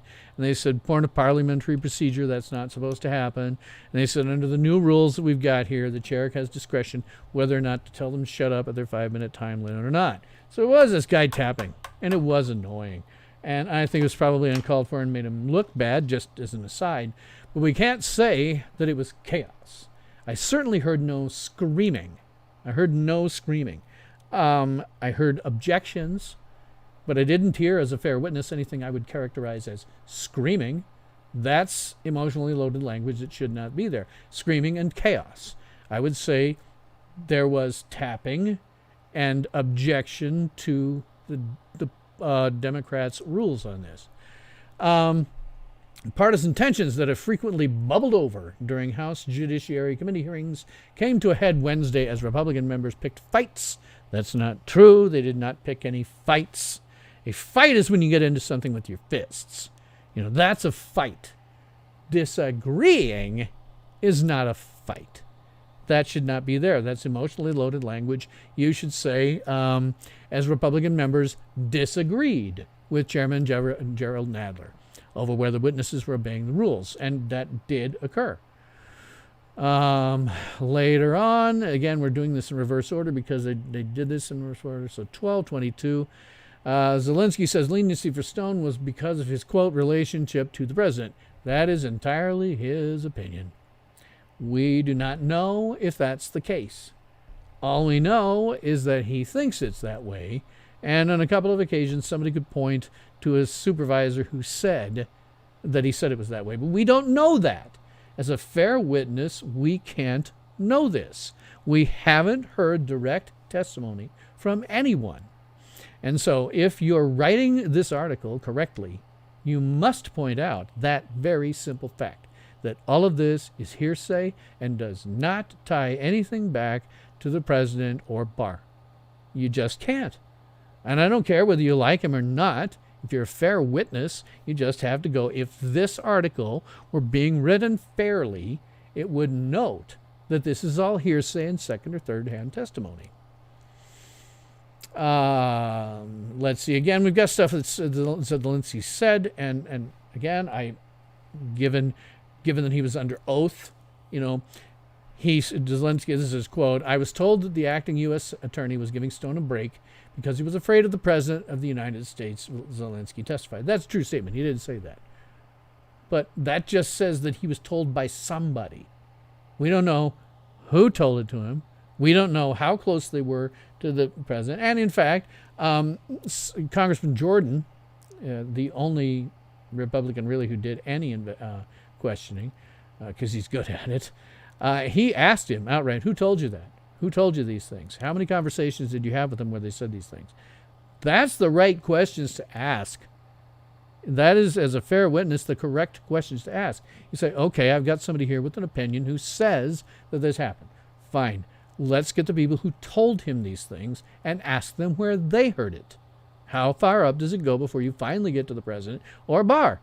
And maybe these people just, well, I said that because I thought this. Well, that doesn't get you to Barr or the president. If you're reporting this accurately, you have to say that this is hearsay, that it does not, in fact, tie anything to anyone. It is totally just opinions and hearsay testimony. There's a lot of other stuff here that is accurate representation of what happened, aside from the fact that they're not telling you that it's hearsay and third-hand testimony.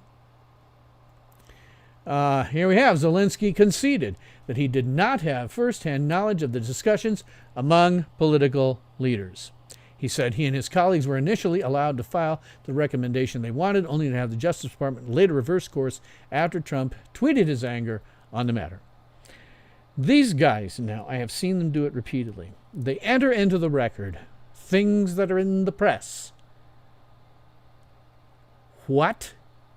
The press is by no means anything that should be ever considered by any committee for anything. Even if they have something in there that happens to be true by accident. They're generally like this, democracy dies in darkness, so obviously skewed, and they are not under oath. The people who, write these articles and publish the New York Washington Post are not under oath. You haven't sat under oath and said, okay, I talked to this individual and he told me that. They're not under oath. This is all hearsay. Anytime you put anything into the record has to do with the press, it's irrelevant. It doesn't matter. They're not even under oath. They could lie their asses off and make something up, completely, and they have for me. They're not under oath. You cannot take them seriously. Similarly, Twitter. It is a marketing platform, and nothing that's said on it should ever be brought up in any context of some kind of investigation. Trump's not under oath. Okay, here's the reality of things. Here's the reality of how this stuff works, right? The president, no matter who it is, if they're doing their job right, lies. And that's because the job of the president and the job of doing things is to, first of all, when something's going wrong, assure the public that everything's going right. And at the same time, assure the enemies of the country that you are still capable of beating their ass if they try to start something. That's what the president's job is. If the president comes out and says negative things about that, then it means just by his words, he can kill the economy. Just by his words, he can cause enemies to attack the United States. They must, by definition of their jobs, lie. You didn't have this guy under oath. You had a tweet that is for marketing purposes, both for himself and for people who in other countries might be watching. It is not the same thing as having him under oath in a testimony. You ignore it. It doesn't matter to the subject at hand. It is irrelevant. I'm going to go forward on this because the timing is so lengthy. See, what they did yesterday was they would, as things happened, they would report it up on top, just adding and adding and adding and adding. So we have McCarthy, who was the U.S. Attorney General in the George W. Bush administration. That's true. He defended Barr on Wednesday against accusations of political interference, describing Trump's Attorney General as, quote, an experienced lawyer and leader.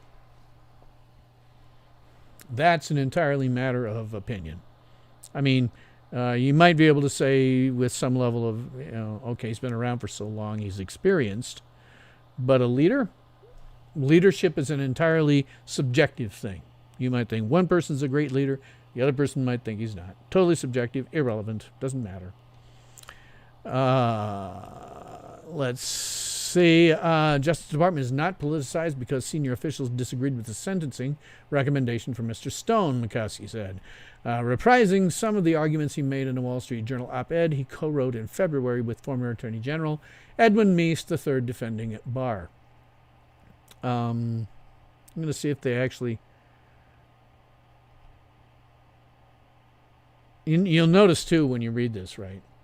There's using emotionally neutral language when discussing how he made his testimony.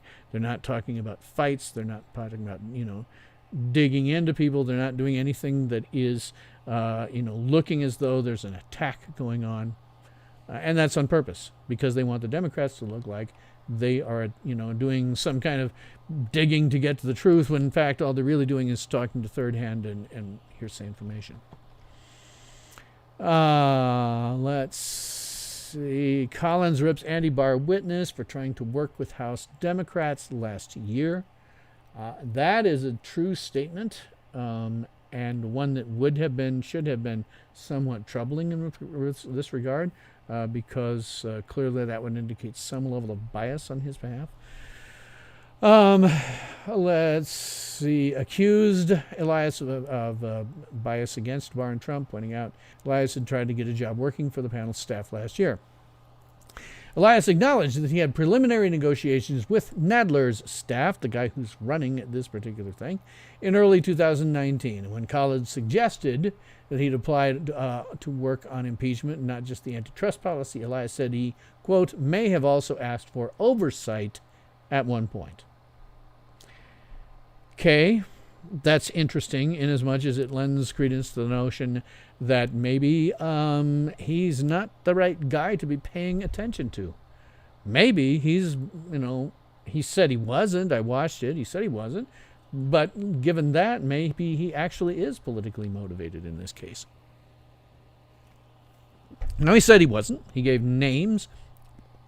Jordan was the only one that did the right thing. He gave names. He asked the man, who did you talk to? What did you, give me his name. And hopefully they'll call those people to testify. I doubt it very much. But hopefully they'll call those people to testify. I'll keep going here. Accused Elias of overinterpreting Barr's approach to the marijuana case. Yes. And there was also a thing, he sent something to the Office of Professional Responsibility, which is kind of a whistleblowing thing. And that one, also that morning of the night before, had ruled that what he was complaining about was reasonable. So you have an internal government agency that's got, immediate oversight of this, and they said everything's fine. Anyway, there was something that went on here with Congressman Collins that was, again, sort of grandstanding. Reality was that he had, Elias on it was a stressful situation, unsurprisingly. You're sitting there and you're testifying before Congress. It's stressful. His body language was kind of stressful, and he forgot the name of some guy. He forgot whether marijuana was a Schedule I drug. He just forgot. Stuff like that can slip your mind. Looking at the guy, he was stressed. He looked like he was trying to, get to memory, but he just wasn't coming to mind. He was under stress. And he's got this congressman whining about how he doesn't remember this. That means he's some kind of incompetent. Hey, cut the guy a break, man. Of course he's under stress. It's happened to me. So let's go up some more. God, this whole thing is so 4 fracking hours long. Representative Hank Johnson questioned Elias about the now abandoned inquiry into the pact between states of California and several automakers, a deal the president attacked on Twitter last summer. Again, attacked. He marketed something about it. Well, let me explain to you what that's about. California has different emission standards, much more strict emission standards for cars than every other state in the union. So you have them working with multiple car manufacturers, and they're all getting together to talk about this. That could form the basis for an antitrust campaign. I mean, they're getting together to, say, okay, we're going to do this thing. We're all getting together to do it. Not because there's federal law that says you should, but because this one state wanted it. But they're getting together to do it. They're colluding together. There is a case, I think, to be made for a trust problem, an antitrust problem. And certainly that coincides with, Trump's views of California. But they got together to, fix the system to be more for California. I think you could call it maybe an antitrust problem. And again, the president tweeting out threats. It's just marketing. And you never input that stuff into an actual testimony. You never do.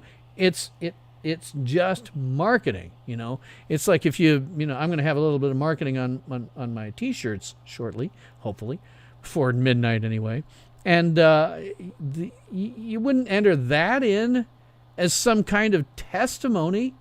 It's not even hearsay or third party or fourth party. It's just marketing.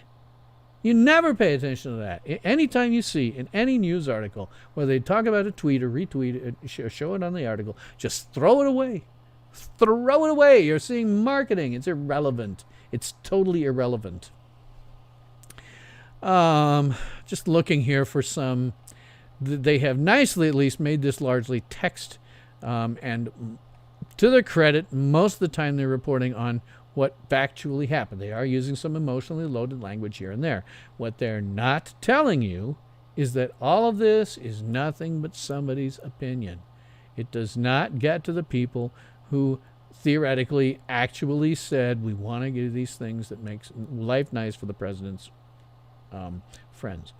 All they have is they say, in their opinion it's true, because they talked to some people, supervisors, who said it was true, and these supervisors, God knows where, on the food chain. You know, if you want to do this right, you say, okay, who told you that? Okay, fine, thank you, you're dismissed. Let's call these guys, get a subpoena for these guys, talk to them. Who told you this?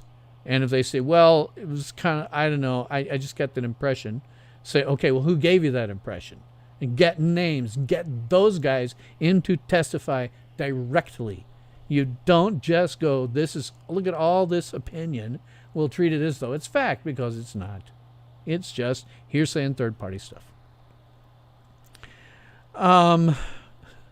Johnson.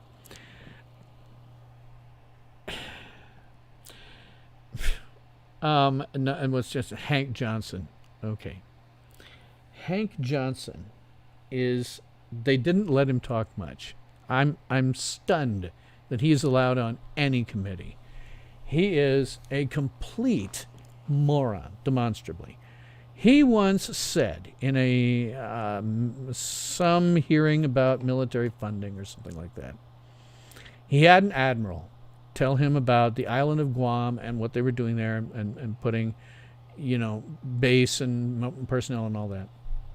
And I can find the video. I probably should have, because Hank Johnson is so stupid that he actually asked, like, a 3-star admiral, is it possible that if you're, island of Guam is kind of small and it's not very wide and kind of long, we're putting all of our stuff on one end, isn't it possible that the island could capsize? Not understanding, a congressman who does not understand that an island is essentially the top of an underwater ocean and there is zero chance of anything capsizing? He's that dumb. And they didn't let him ask very many questions. It was probably smart. I don't know how this guy keeps getting reelected. And I've seen the footage. I actually have it somewhere in the background in my channel if you want to look for it. But Hank Johnson and Guam, if you do a search on that for YouTube, you'll find it all over the place. I admire the admiral in question, because he was able to sit with a straight face, and that takes a lot of control. Because if it had been me, I would have been like, "Are you zarking kidding me? No, an island cannot capsize, you idiot." So I don't know why they even let him on these things. I don't know how he keeps getting, appeared driven by Trump. Again, we're talking about Trump's tweets. We just need to forget about that. It's irrelevant. Tweets out threats. The next day, automakers get hit with an antitrust investigation. That's what happened. And Elias just responded that there was very little time between those events. Didn't corroborate what Johnson was saying. And in any case, who cares? Twitter, it's just marketing. They're going through all of these guys. Let me just look quickly for emotionally loaded language. Prompting Nadler to testify, interrupt by the witness was fulfilling his obligation. Questioning John Zelinsky conceded he had appeared on video just half a mile from the Capitol. Yeah, I don't know what's going on there. Zelinsky didn't appear in person. He appeared via WebEx. A couple of the congressmen did as well. I don't find that problematic under the circumstances, but he did get jumped on by one of the Republicans for it. I don't know why they did that. McCarthy defends integrity of lawyer, leading probe into origins of Russia. McCarthy, remember, is the former Attorney General. The Russian investigation is real. Not the one for Trump, but the one against Biden is real. What the Democrats have done and this is just me saying as a fair witness, given what I've seen, there is every reason to believe that that Biden had been colluding with with Russia to some extent, and much larger with Ukraine, in an effort to stop things bad happening to his son. And the other thing about the Russian probe into Trump, like it or not, that was just turned out to be a conspiracy theory. I knew it would be because I had seen nobody remembers that frickin' BuzzFeed broke the story on documentation that no other journalist up until that point would even touch. They just went with it, and then the rest of the press decided, we got something we can stick on Trump. But it was nonsense from the beginning, and obviously so. And that was never going to go anywhere, and it was ridiculous. We spent 2 years doing it in an attempt to smear Trump. That's just all it was, and the press helping it along. But the Russian thing with Trump is irrelevant. There's actually a lot more evidence to support that Vice President Biden is doing some nasty stuff with Ukraine. Again, fortunately not seeing a lot of emotionally loaded language. It is repeating the facts of what was said in the testimony, leaving out, again, that this is all third hand, second hand, fourth hand, who the hell knows? It's hearsay, it's irrelevant. And again, leaving out the fact that when you see something on Twitter, it's just marketing, it is irrelevant. Nobody is under oath when you send something out on a tweet. Getting over the fact that the president's job in some cases is to lie, and when you get him under oath, he may say something different. And when you introduce information from a press source, specifically ones that are going to be hostile, well, they're not under oath. The newspaper's not under the oath. It's irrelevant. You don't take this stuff. If it was me as a chairman, I would say, "You got this from the press?" No, okay, that's not evidence of anything. Let me look up here and see where we're at. Names of supervisors. This was the sole important thing that actually happened here.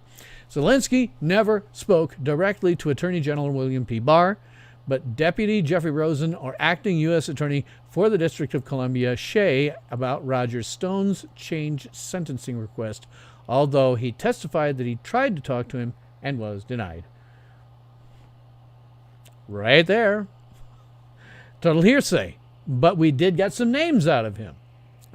Jeffrey Rosen and Timothy Shea. Those are people who should be brought before Congress to testify. They will have more direct knowledge. You ask them, okay, you told one of your underlings this. Where did you get that information? But we're not being told that in this article. They're not saying, hey, okay, he never talked to him, so we need to talk to these people. All of what he's saying is nothing but hearsay and opinion, because he never talked to Barr. It came from his superiors. Zelinsky said his information about the decision having been made for political purposes came from his superiors. And on Wednesday, Representative Jim Jordan, Republican Ohio, got him to name them. Zelinsky said he reported to J.P. Cooney, the Justice Department's head of fraud and public corruption, and his former associate, Alessio Evangelista, while seconded to the Stone case. Jordan took note of the names. It's not immediately clear whether or how he plans to follow up with them. Well, they should be called as witnesses and questioned. Who told you this? You told your underlings. Who told you? And Zelinsky said it was, quote, my understanding that his supervisors had spoken to top Justice Department officials regarding the sentencing decision in the Stone case. It's his understanding, his opinion. It's not relevant. As a fair witness, we say, okay, third-hand stuff. We don't care. But that was really the only really important moment in that entire 4.5 hours, was Zelinsky naming some names who should be called as witnesses, because they are more directly associated with where this is supposed to go, up to the top. Handling a Stone case, what went here was wrong. Again, we have just an opinion that the article is not telling you is just an opinion, because it is second, third, fourth hand hearsay. And praising Zelinsky, etc., etc., etc. They're very much covering the Democrats on this, what they said. That sort of tells you something about, their stupid masthead, democracy dies in darkness. They're following and telling you a lot about what the news said. Here we have on Fox News last weekend, for example, Barr claimed without evidence that the expanded voting by mail would be open the floodgates to potential fraud. He wasn't under oath. He was on Fox freaking News. It's irrelevant what he said. Bringing that in is irrelevant. What you're looking for is facts, not something that happened in the press. You want people who are under oath. I am going to quit with this thing. The ultimate thing here is, in terms of debunking this particular article, is to note that no one, not the people who were there for the Democrats, not the ones who were there for the guy who was there for the Republicans, none of them have any direct contact with Barr or Trump. Everything that they said comes down layers below them. And what they need to do is what Jordan did, get the names and then call those guys in for testimony and see what they say. Was it true? Where did you hear it from? Who told you that this was the case? Because we have testimony now that you told somebody else. So who told you? That was the only piece of useful information that came out of that entire 4.5 hours. I will just now sit and editorialize. The 4.5 hours was, as always the case with these stupid show committee hearings, just an opportunity for the Congress people to sit and bitch and whine about their various political causes. The only ones that particularly bothered me were the ones where the Congress people would be in favor and saying, how much the peaceful protesters were in the right, and frankly throwing gasoline on that particular fire.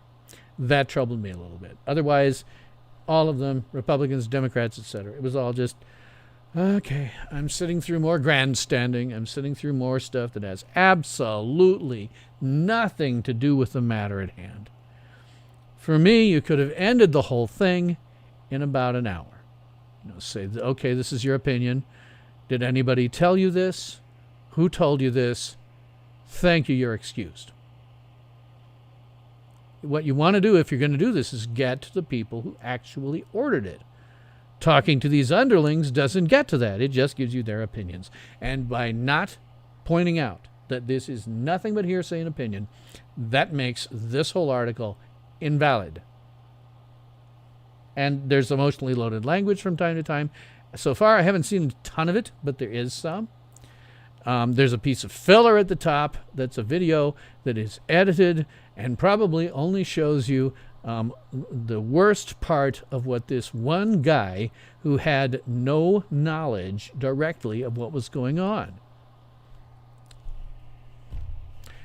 Just forget about the Washington Post, man. They put this up. Democracy dies in darkness the moment that Trump is elected. That tells you everything that you need to know about the Post. They are just propagandists. That's all. That's my general thing about that. Let me look down here. I have a bunch of things here. What is the future of family farmers in the USA? Will there be sufficient transportation for their goods, or might they be deliberately bankrupted? We talked about this a bit on Twitter. In my opinion, if we actually have a civil war, which we seem to be moving toward, it'll have several negative impacts. First of all, the rioters must be crushed. They must be crushed. They have no end game. I have talked to a couple of them now who believe that they are starting a new country. And that's why they're tearing down monuments, whether they have something to do with slavery or not. They're starting a new country. That is revolt. And it goes completely in the wrong direction, because they've been lied to and lied to and lied to about how horrible their lives are. Again, look at my video. There is no systemic racism against African Americans. I stand by every word of that. They are people who, for the last 2 generations, were not taught to read, write, nor perform the most basic math, And so they are reliant on a press that is lying, that is not, for example, reporting that everything that went on in the 4.5 hours yesterday was nothing more than hearsay and opinion. And they're using emotionally loaded language to make the reader feel a certain way about it, that is negative towards Trump. That's what they always do. And so these people who cannot read, write, perform the most basic math are then reliant on these types of people who are not giving you the accurate facts, who are not sitting back as a fair witness and saying, this is what I see. I see third-party testimony where he says this. I see where we have got the names of some of the people who told him this. And I see where we have congressmen who are talking about things that have nothing to do with the case at hand. I see congressmen who are saying good things about this witness. I see congressmen who are saying bad things about these witnesses. But we don't actually see any real evidence. We see just hearsay and opinion. And that needs to be pointed out. But since you can't read, write, or perform the most basic math, you have this incredibly sensationalistic and propagandist press, and you're probably going to believe it. If Trump loses, it's going to be because of that, because they believe the propaganda. But I had to watch the entire 4.5 hours, or I couldn't speak intelligently about that article. It was a big, giant waste of my time, to be honest. But hey, I am, very committed to you, my viewers. So I did it. I sat through that entire 4.5 hours so that I could intelligently talk about this article. But God, was it a waste of my time. And God, was it hard to stay awake during the whole thing. And God, is it pointless. It's just pointless. Totally pointless. But in terms of a civil war, regardless of who's president, this can't be allowed to go on. It must be crushed. And if it's a civil war, it is a civil war that the people on the Black Lives Matter side cannot win. They apparently have no conception of what a modern drone will do to you. They cannot possibly win. It may well have some very serious negative side effects. An actual civil war with shooting might have the side effect of causing other countries have their beliefs in the U.S. dollar shaken. If that happens, then probably shortly after that, the world will start to lose faith in the U.S.'s ability to maintain its public debt. It is, in fact, somewhere between more money than exists in the United States and more money than exists in the entire world. It is clearly impossible to ever pay it off. It will never be paid off. No country in human history has ever indebted itself the way that the United States has. And the only reason that it stays afloat is two things, partially because it's the world's reserve currency, and partially because people believe that as long as that's the case, we'll be afloat. But if that is ever shaken, we are really screwed. Not just the United States, but the entire world. We would see something that would be at least a second Great Depression and might well turn into another dark age.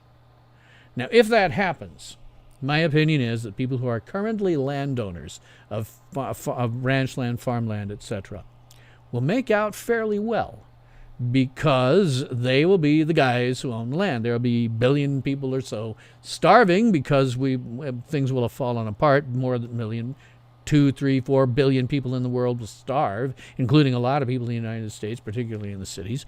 But when the dust settles to some extent, they'll have this large tract of land and no one to work it. So they'll get people who, can sharecrop, or, depending how bad it is, we might see a return outright to feudalism. I don't know. But I think it's a very bad thing to be going into for a number of reasons, and the only way that it could have been stopped was if Minneapolis had crushed it completely the first night. If it had been made absolutely clear that this is unacceptable and we will not tolerate it, I don't think it would have spread. And what needs to happen now, and Chaz, is to crush it. You could do that a number of different ways that are actually peaceful, but it needs to be made clear that they are not allowed to do this. If this goes on, it will spread, and it will require more military intervention to get rid of it, and you don't want that. You just don't want it.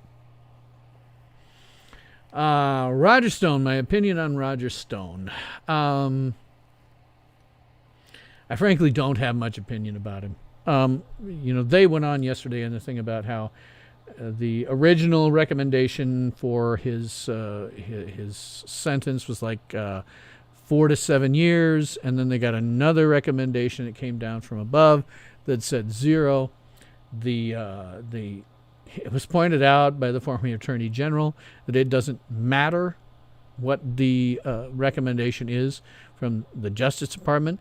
Only the judge makes the sentencing, and he thought that the judge made a correct sentence, which was not 0. It was 90 months, I think. He thought that was correct. I don't know. I don't know enough about that. It looks to me like he was arrested. It was a show arrest. They had the press there with them. They called the press in advance to come and arrest him. You never do that. You never do that. So it looked like a show to me. Beyond that, I don't have much of an opinion. It looks to me like the judge probably made some kind of call, and that's that. I don't know for sure. Let's see, my thoughts on Michael Flynn. Well, I think he did something dumb. I think there were a couple of lies that he told, but he was not advised of his rights. He was not told that this was an investigation that was, and they had some stuff, they already have some testimony that the FBI had intended to get him to lie or do something similar. And he was not told, okay, this is a formal investigation, because if he was, he'd have had his attorney present. And that's, that's just the basis of the legal system. You have the right to remain silent. Anything you say can and will be used against you in a court of law. You have the right to an attorney and to have one present during questioning. If you can't afford an attorney, one will be provided to you free of charge. And then the question is, do you wish to give up your right to remain silent? That's what should have happened in that instance. They should have advised him his rights, and he would have been, oh, okay, hold on. Okay, this is an official thing. I got to get my lawyer involved. I have to make sure that I'm protected and I'm saying exactly what I should say and in not doing anything that could be misconstrued as lying or anything like that. And he didn't do it. And so he did lie, and that was proven. But again, under the circumstances, I'm with the judge. He shouldn't serve that long. And in fact, in this case, they just said, threw it out. They threw it out. They agreed with my opinion, which is this guy was not given notice that this was some kind of official investigation. The documentation is clear that they intended to try to get him to lie or do something untoward so that they could get him. I don't think it's a good thing that he lied to the vice president. But when you come to the FBI part of it and the trial part of it, he wasn't told anything about this being an interrogation, which is what it was. And his constitutional rights were violated, in my opinion. Let's see. Jeanette left. JFK used T very, very, yes. How much can a journalist use hyperbole and emotive language until it becomes libelous in the United States? Any amount that they want. The Covington boys, I've forgotten whether they actually won a libel suit or not, but that's how far you can go. You can just outright lie. You can, they do this all the time with Trump. They cut parts of his, if he's got video, they cut it to make it look bad for him. If he's got audio, they cut it to make it look bad for him. They only pull out stuff that they want and leave all the context behind. It's irrelevant. It's just, they can do pretty much anything they want. There is very, very little that you can get them on outright libel for, and have never been able to do that, really. We have the same thing in Australia. Capital Territory in Australia, marijuana is decriminalized at a state level, but still illegal at the federal level. Be careful which cop catches you. Yeah, and that may be, I don't know. Maybe that's why this whole thing with the marijuana industry was an issue. There is a question there. The federal government says no, states say yes. I say states have it is not a federal issue. The federal government has no place in that. It is a states or the people issue. But clearly there's a lot of people out there that disagree. And so that may have been why they went so long in that. I don't know. We'll never know. We won't know until we get at somebody who actually was involved in it on the witness stand. And we didn't have that. Let's see. Dean S. says, the rioters who wanted to start a new country, did they sound like they were doing it for BLM or for their own ideologies? Guys I've talked to, BLM and ideologies tend to coincide. They want to destroy what we have now and start something brand new. I've actually had somebody, I got into an argument with him on Facebook. He said, I said, why are we tearing down, statues of Thomas Jefferson? And then I went into the history of how Thomas Jefferson, yes, he owned slaves, but at a time when it was illegal to free them. If he had, he'd have hanged, and his slaves would have gone off to somebody else. And he tried repeatedly, while the British held his territory, to get the slavery laws overturned. And after the United States came into existence, he tried to get that changed at the federal level and was unsuccessful. This was a man who did not believe in slavery, not really, and he owned slaves because he could not do anything but sell them. And in fact, there is a mountain of evidence that the reason that the slavery was existing under the British was they wanted to send a lot of slaves over to prevent a revolution. So, why do you tear down his statue? And the guy says, well, you're creating a new country. And I said, no, you're not. He said, yeah, we're creating a new country. I'm like, no, you're not. You're just destroying the history of this one. And if you destroy the history of something, you will never learn from it. Those who do not recall their history are doomed to repeat it. That is, I've forgotten who said it, but it is a brilliant and accurate line. When you start tearing all this stuff down, you will never learn from when something bad happened. The Jews require Auschwitz to be open as a monument in Germany. That was horrible. That was really horrifying. That's way more horrifying than much of anything that happened in American history. But they require that to be open because they want to remember their history and learn from it. And getting rid of things like Jefferson and Columbus, that's just utterly ridiculous. And this guy was saying, no, we're doing it because we're starting a new country, and you have to get rid of the old one. I'm like, no, that's not the way it works. Even if you were starting a new country, you would be building on the ashes of the old one. That's the way it always works. Let's see. Drop Truth says, what is the name of the video where I talk about systemic racism? Was it Chaos in the USA? No, it was last week's live stream. There is no systemic racism in the against African Americans. There's actually a link to that video in my description box. You can just click it and go there. Drop Truth says, is the U.S. dollar still the basis for the petrodollar? Yes, absolutely. And that is the only thing that keeps the dollar propped up. If some of the country were to become the world reserve currency and oil was traded in it, our currency would collapse because there is nothing backing our dollar, nothing whatsoever. It is just paper. And in reality, it is worth what a piece of paper and what's printed on it, which is damn near nothing. If it were, what is in fact happens is the U.S. dollar is backed by oil. Now, should that change and some other currency be doing it, U.S. dollar is over, just over. It is backed by oil, and if that changed, we would be in serious, serious trouble. Supercruise 63 says, I haven't seen any Democratic quote-unquote leaders do anything or say anything to help quell the rioting, resolve anything. Have I? No, and that was part of what irritated me about the testimony yesterday. The Democrats, and frankly the African-American ones in particular, were just feeding the flames, kowtowing. They all bend at the knee, and that's, I don't know how you avoid civil war at this point. I think the only way you could have done it would be to squash them in Minneapolis the first night.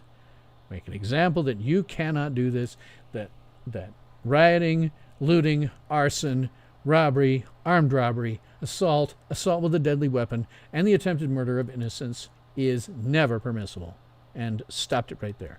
Now that we have it everywhere, at some point, everywhere, every night, I have links to Broadcastify in my description, as well as a link to Scanner Radio for your handheld. Go through the top 50 and just listen to them and see what you're hearing. Somewhere in the United States, sometimes multiple places, there are riots every single night now. Let's see. Super Cruise 63 says a drop through the press is pretty much the same anywhere in the world. Yes. I also have a link in my description box to something I love to bring up. I was in this once a long time ago, in a galaxy far, far away. I was in the stage version of this, the front page. It is originally a stage play, but the 1931 edition is the one. It's been redone many, many times throughout the years with different casts and rewritings. But the first one is based on the play, and the play was written, and the first movie in 1931 was written by a pair of then contemporaneous Chicago reporters. And the behavior of the reporters is taken from their own life experience, right? These are what they saw people around them doing all the time. Watch that movie, link for it in my description box. Watch that movie with an open mind. It's black and white, so you have to be willing to watch an older movie. Doesn't have much music in it, very heavy on one set, because again, very, very much a stage play originally. And just watch it. It's a dark satire, no question, but watch the reporters and change out their phones for cell phones. Change out the typewriters for, an iPad, a tablet of some kind. It's exactly the same now. The behavior you see there is exactly the same. The press has never been trustworthy.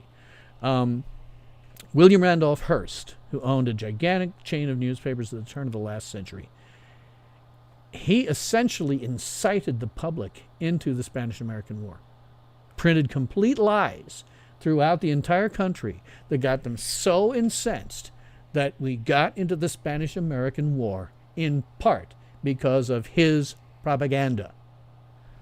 And the press has never been trustworthy. It has never been trustworthy. And I say this, I go back to the American Revolution. The newsletters and stuff that was being printed by the revolutionists wasn't entirely true. They stretched the truth a bit because they wanted to get people on the side of the revolution. So some of what they wrote wasn't exactly historically accurate. You go back to the ancient pharaohs. I am damned certain that when you see hieroglyphics that are praising the ancient pharaohs that were written and carved by slaves, I'm pretty sure that those are stretching the truth just a little bit to say how great this pharaoh was. When you're a slave, obviously, if you say something bad about your master, he'll probably just kill you. And go back to the ancient cave paintings. I'm dead certain that whoever was the leader of the tribe, well, they're going to have things written on the cave walls that are going to be a little bit more pointing towards how great they are. Just dead certain. Never in human history has the press actually been reliable. It is real obvious today because of their incredible,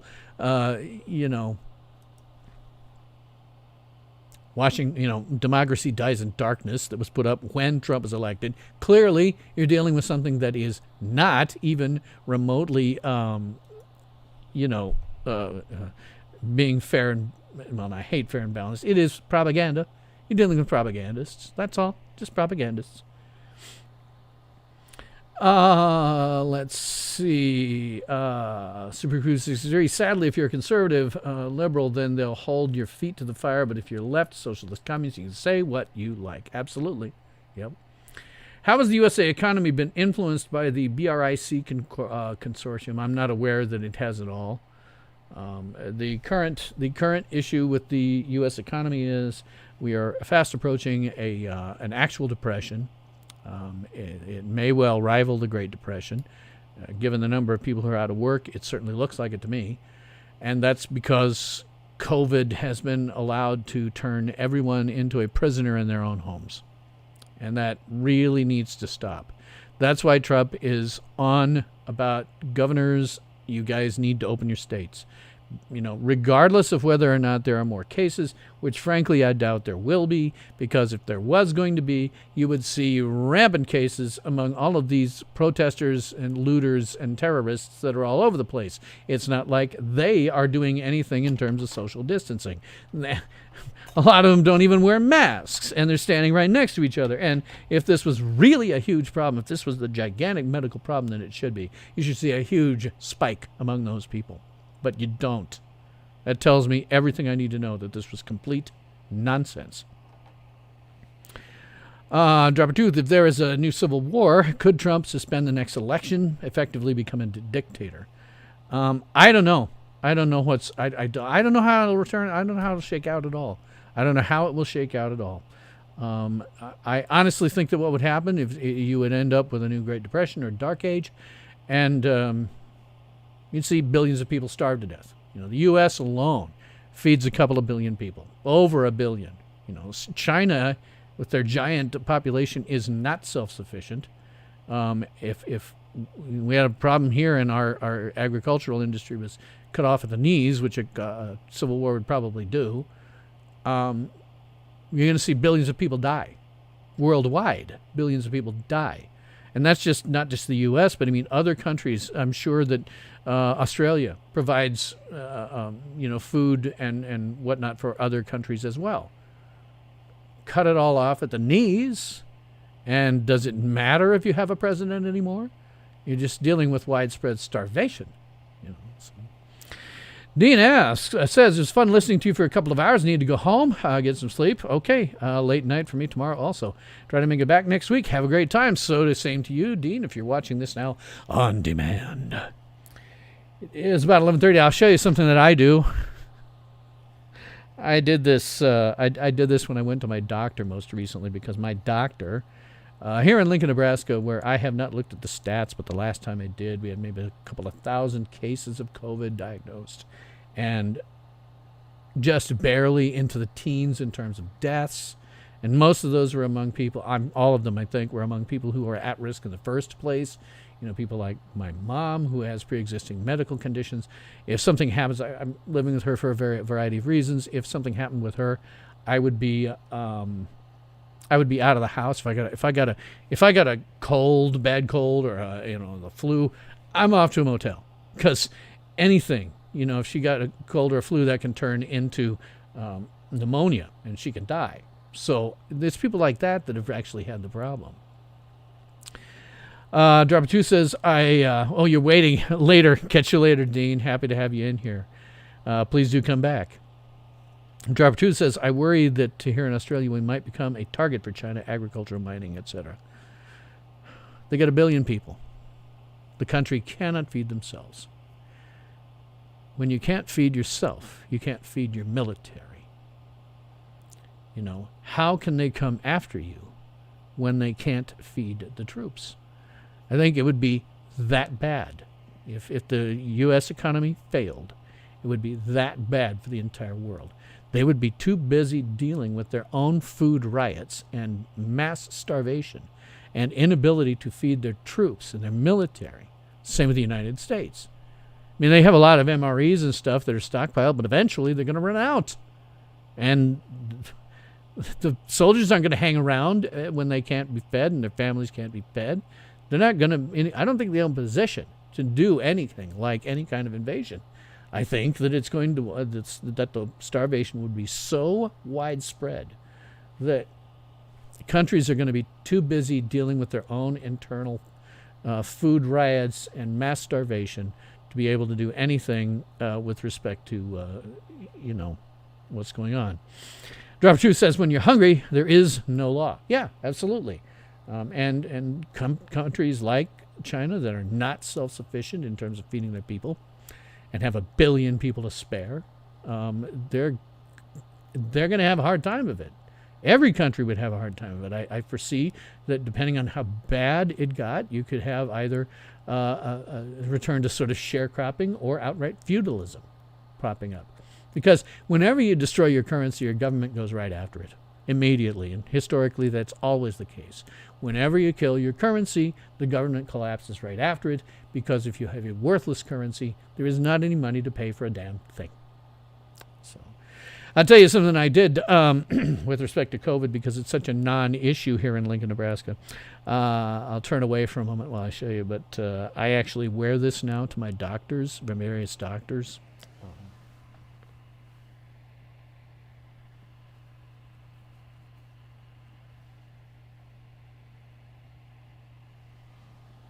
So I got my regular mask. Right? And so I wear this to my doctor's office. They all laugh because they're of the opinion that this whole thing, with respect to where I'm at Lincoln, Nebraska, has done nothing but crush our economy without actually saving any real lives. They think it's a worthless, pointless waste of time. I've had my doctors actually say this. And so they I come into the office actually like this. They just laugh, So I was always happy. I've used that mask on one other occasion, not the face mask. I was driving on I-80 from about Lincoln, Nebraska to Des Moines at one point, and this guy came screaming around past me at like 95 miles an hour. So there I am in my orange Jeep Wrangler. So I started matching his speed and following him, but I put this on. And I was rewarded at one point. by the person in the passenger seat looking back and tapping to her husband or whoever was sitting next, him looking back, and then they slowed down. Apparently, Batman in an orange Jeep was just enough, because if you hold your head like this, and you keep your face straight, it doesn't immediately look like a mask, especially when you're driving. I got a kick out of that one. Probably shouldn't have been speeding the way he was, but boy, he pissed me off, coming in screaming around like that. Do I think the problem with India and China will escalate? If we have actual currency collapse in the United States, civil war in the U.S., I think they'll be too busy dying to do anything. The problems with India and China are largely a question of population versus the ability to actually feed them, gives them jobs and stuff like that.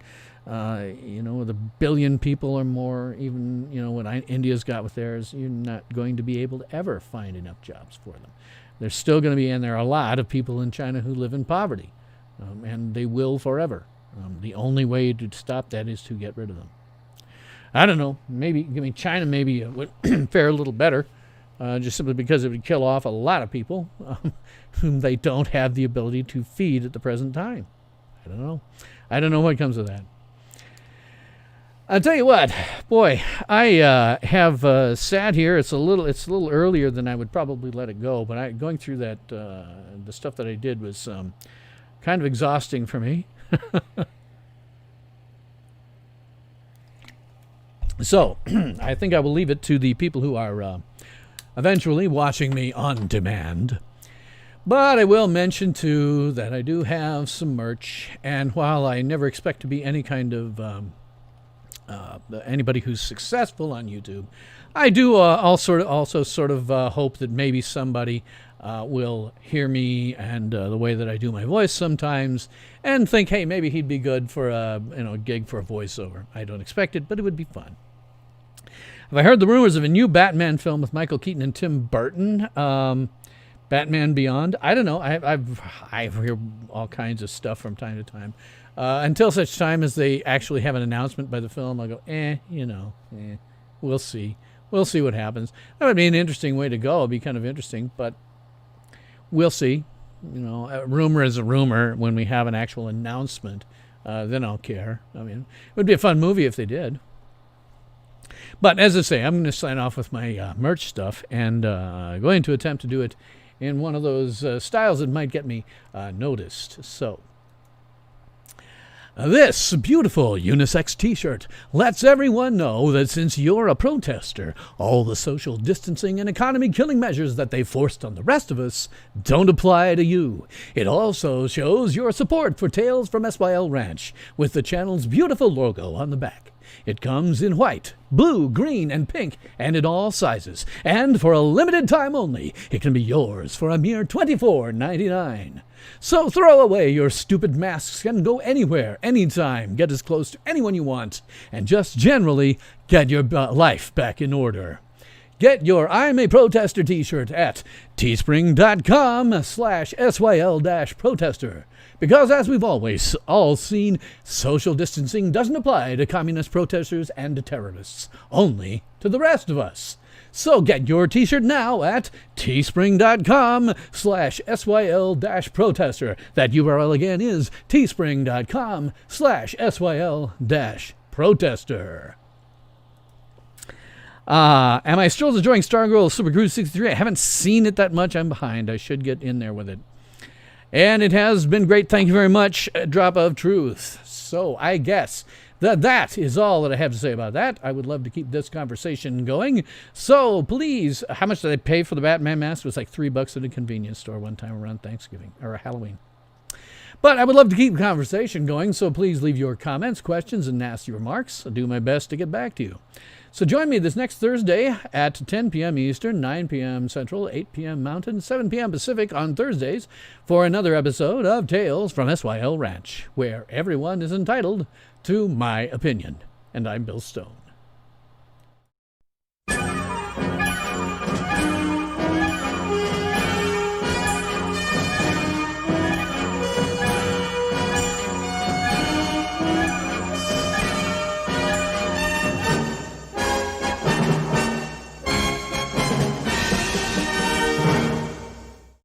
Ultimate power in this world has always been one simple thing: the control and manipulation of minds.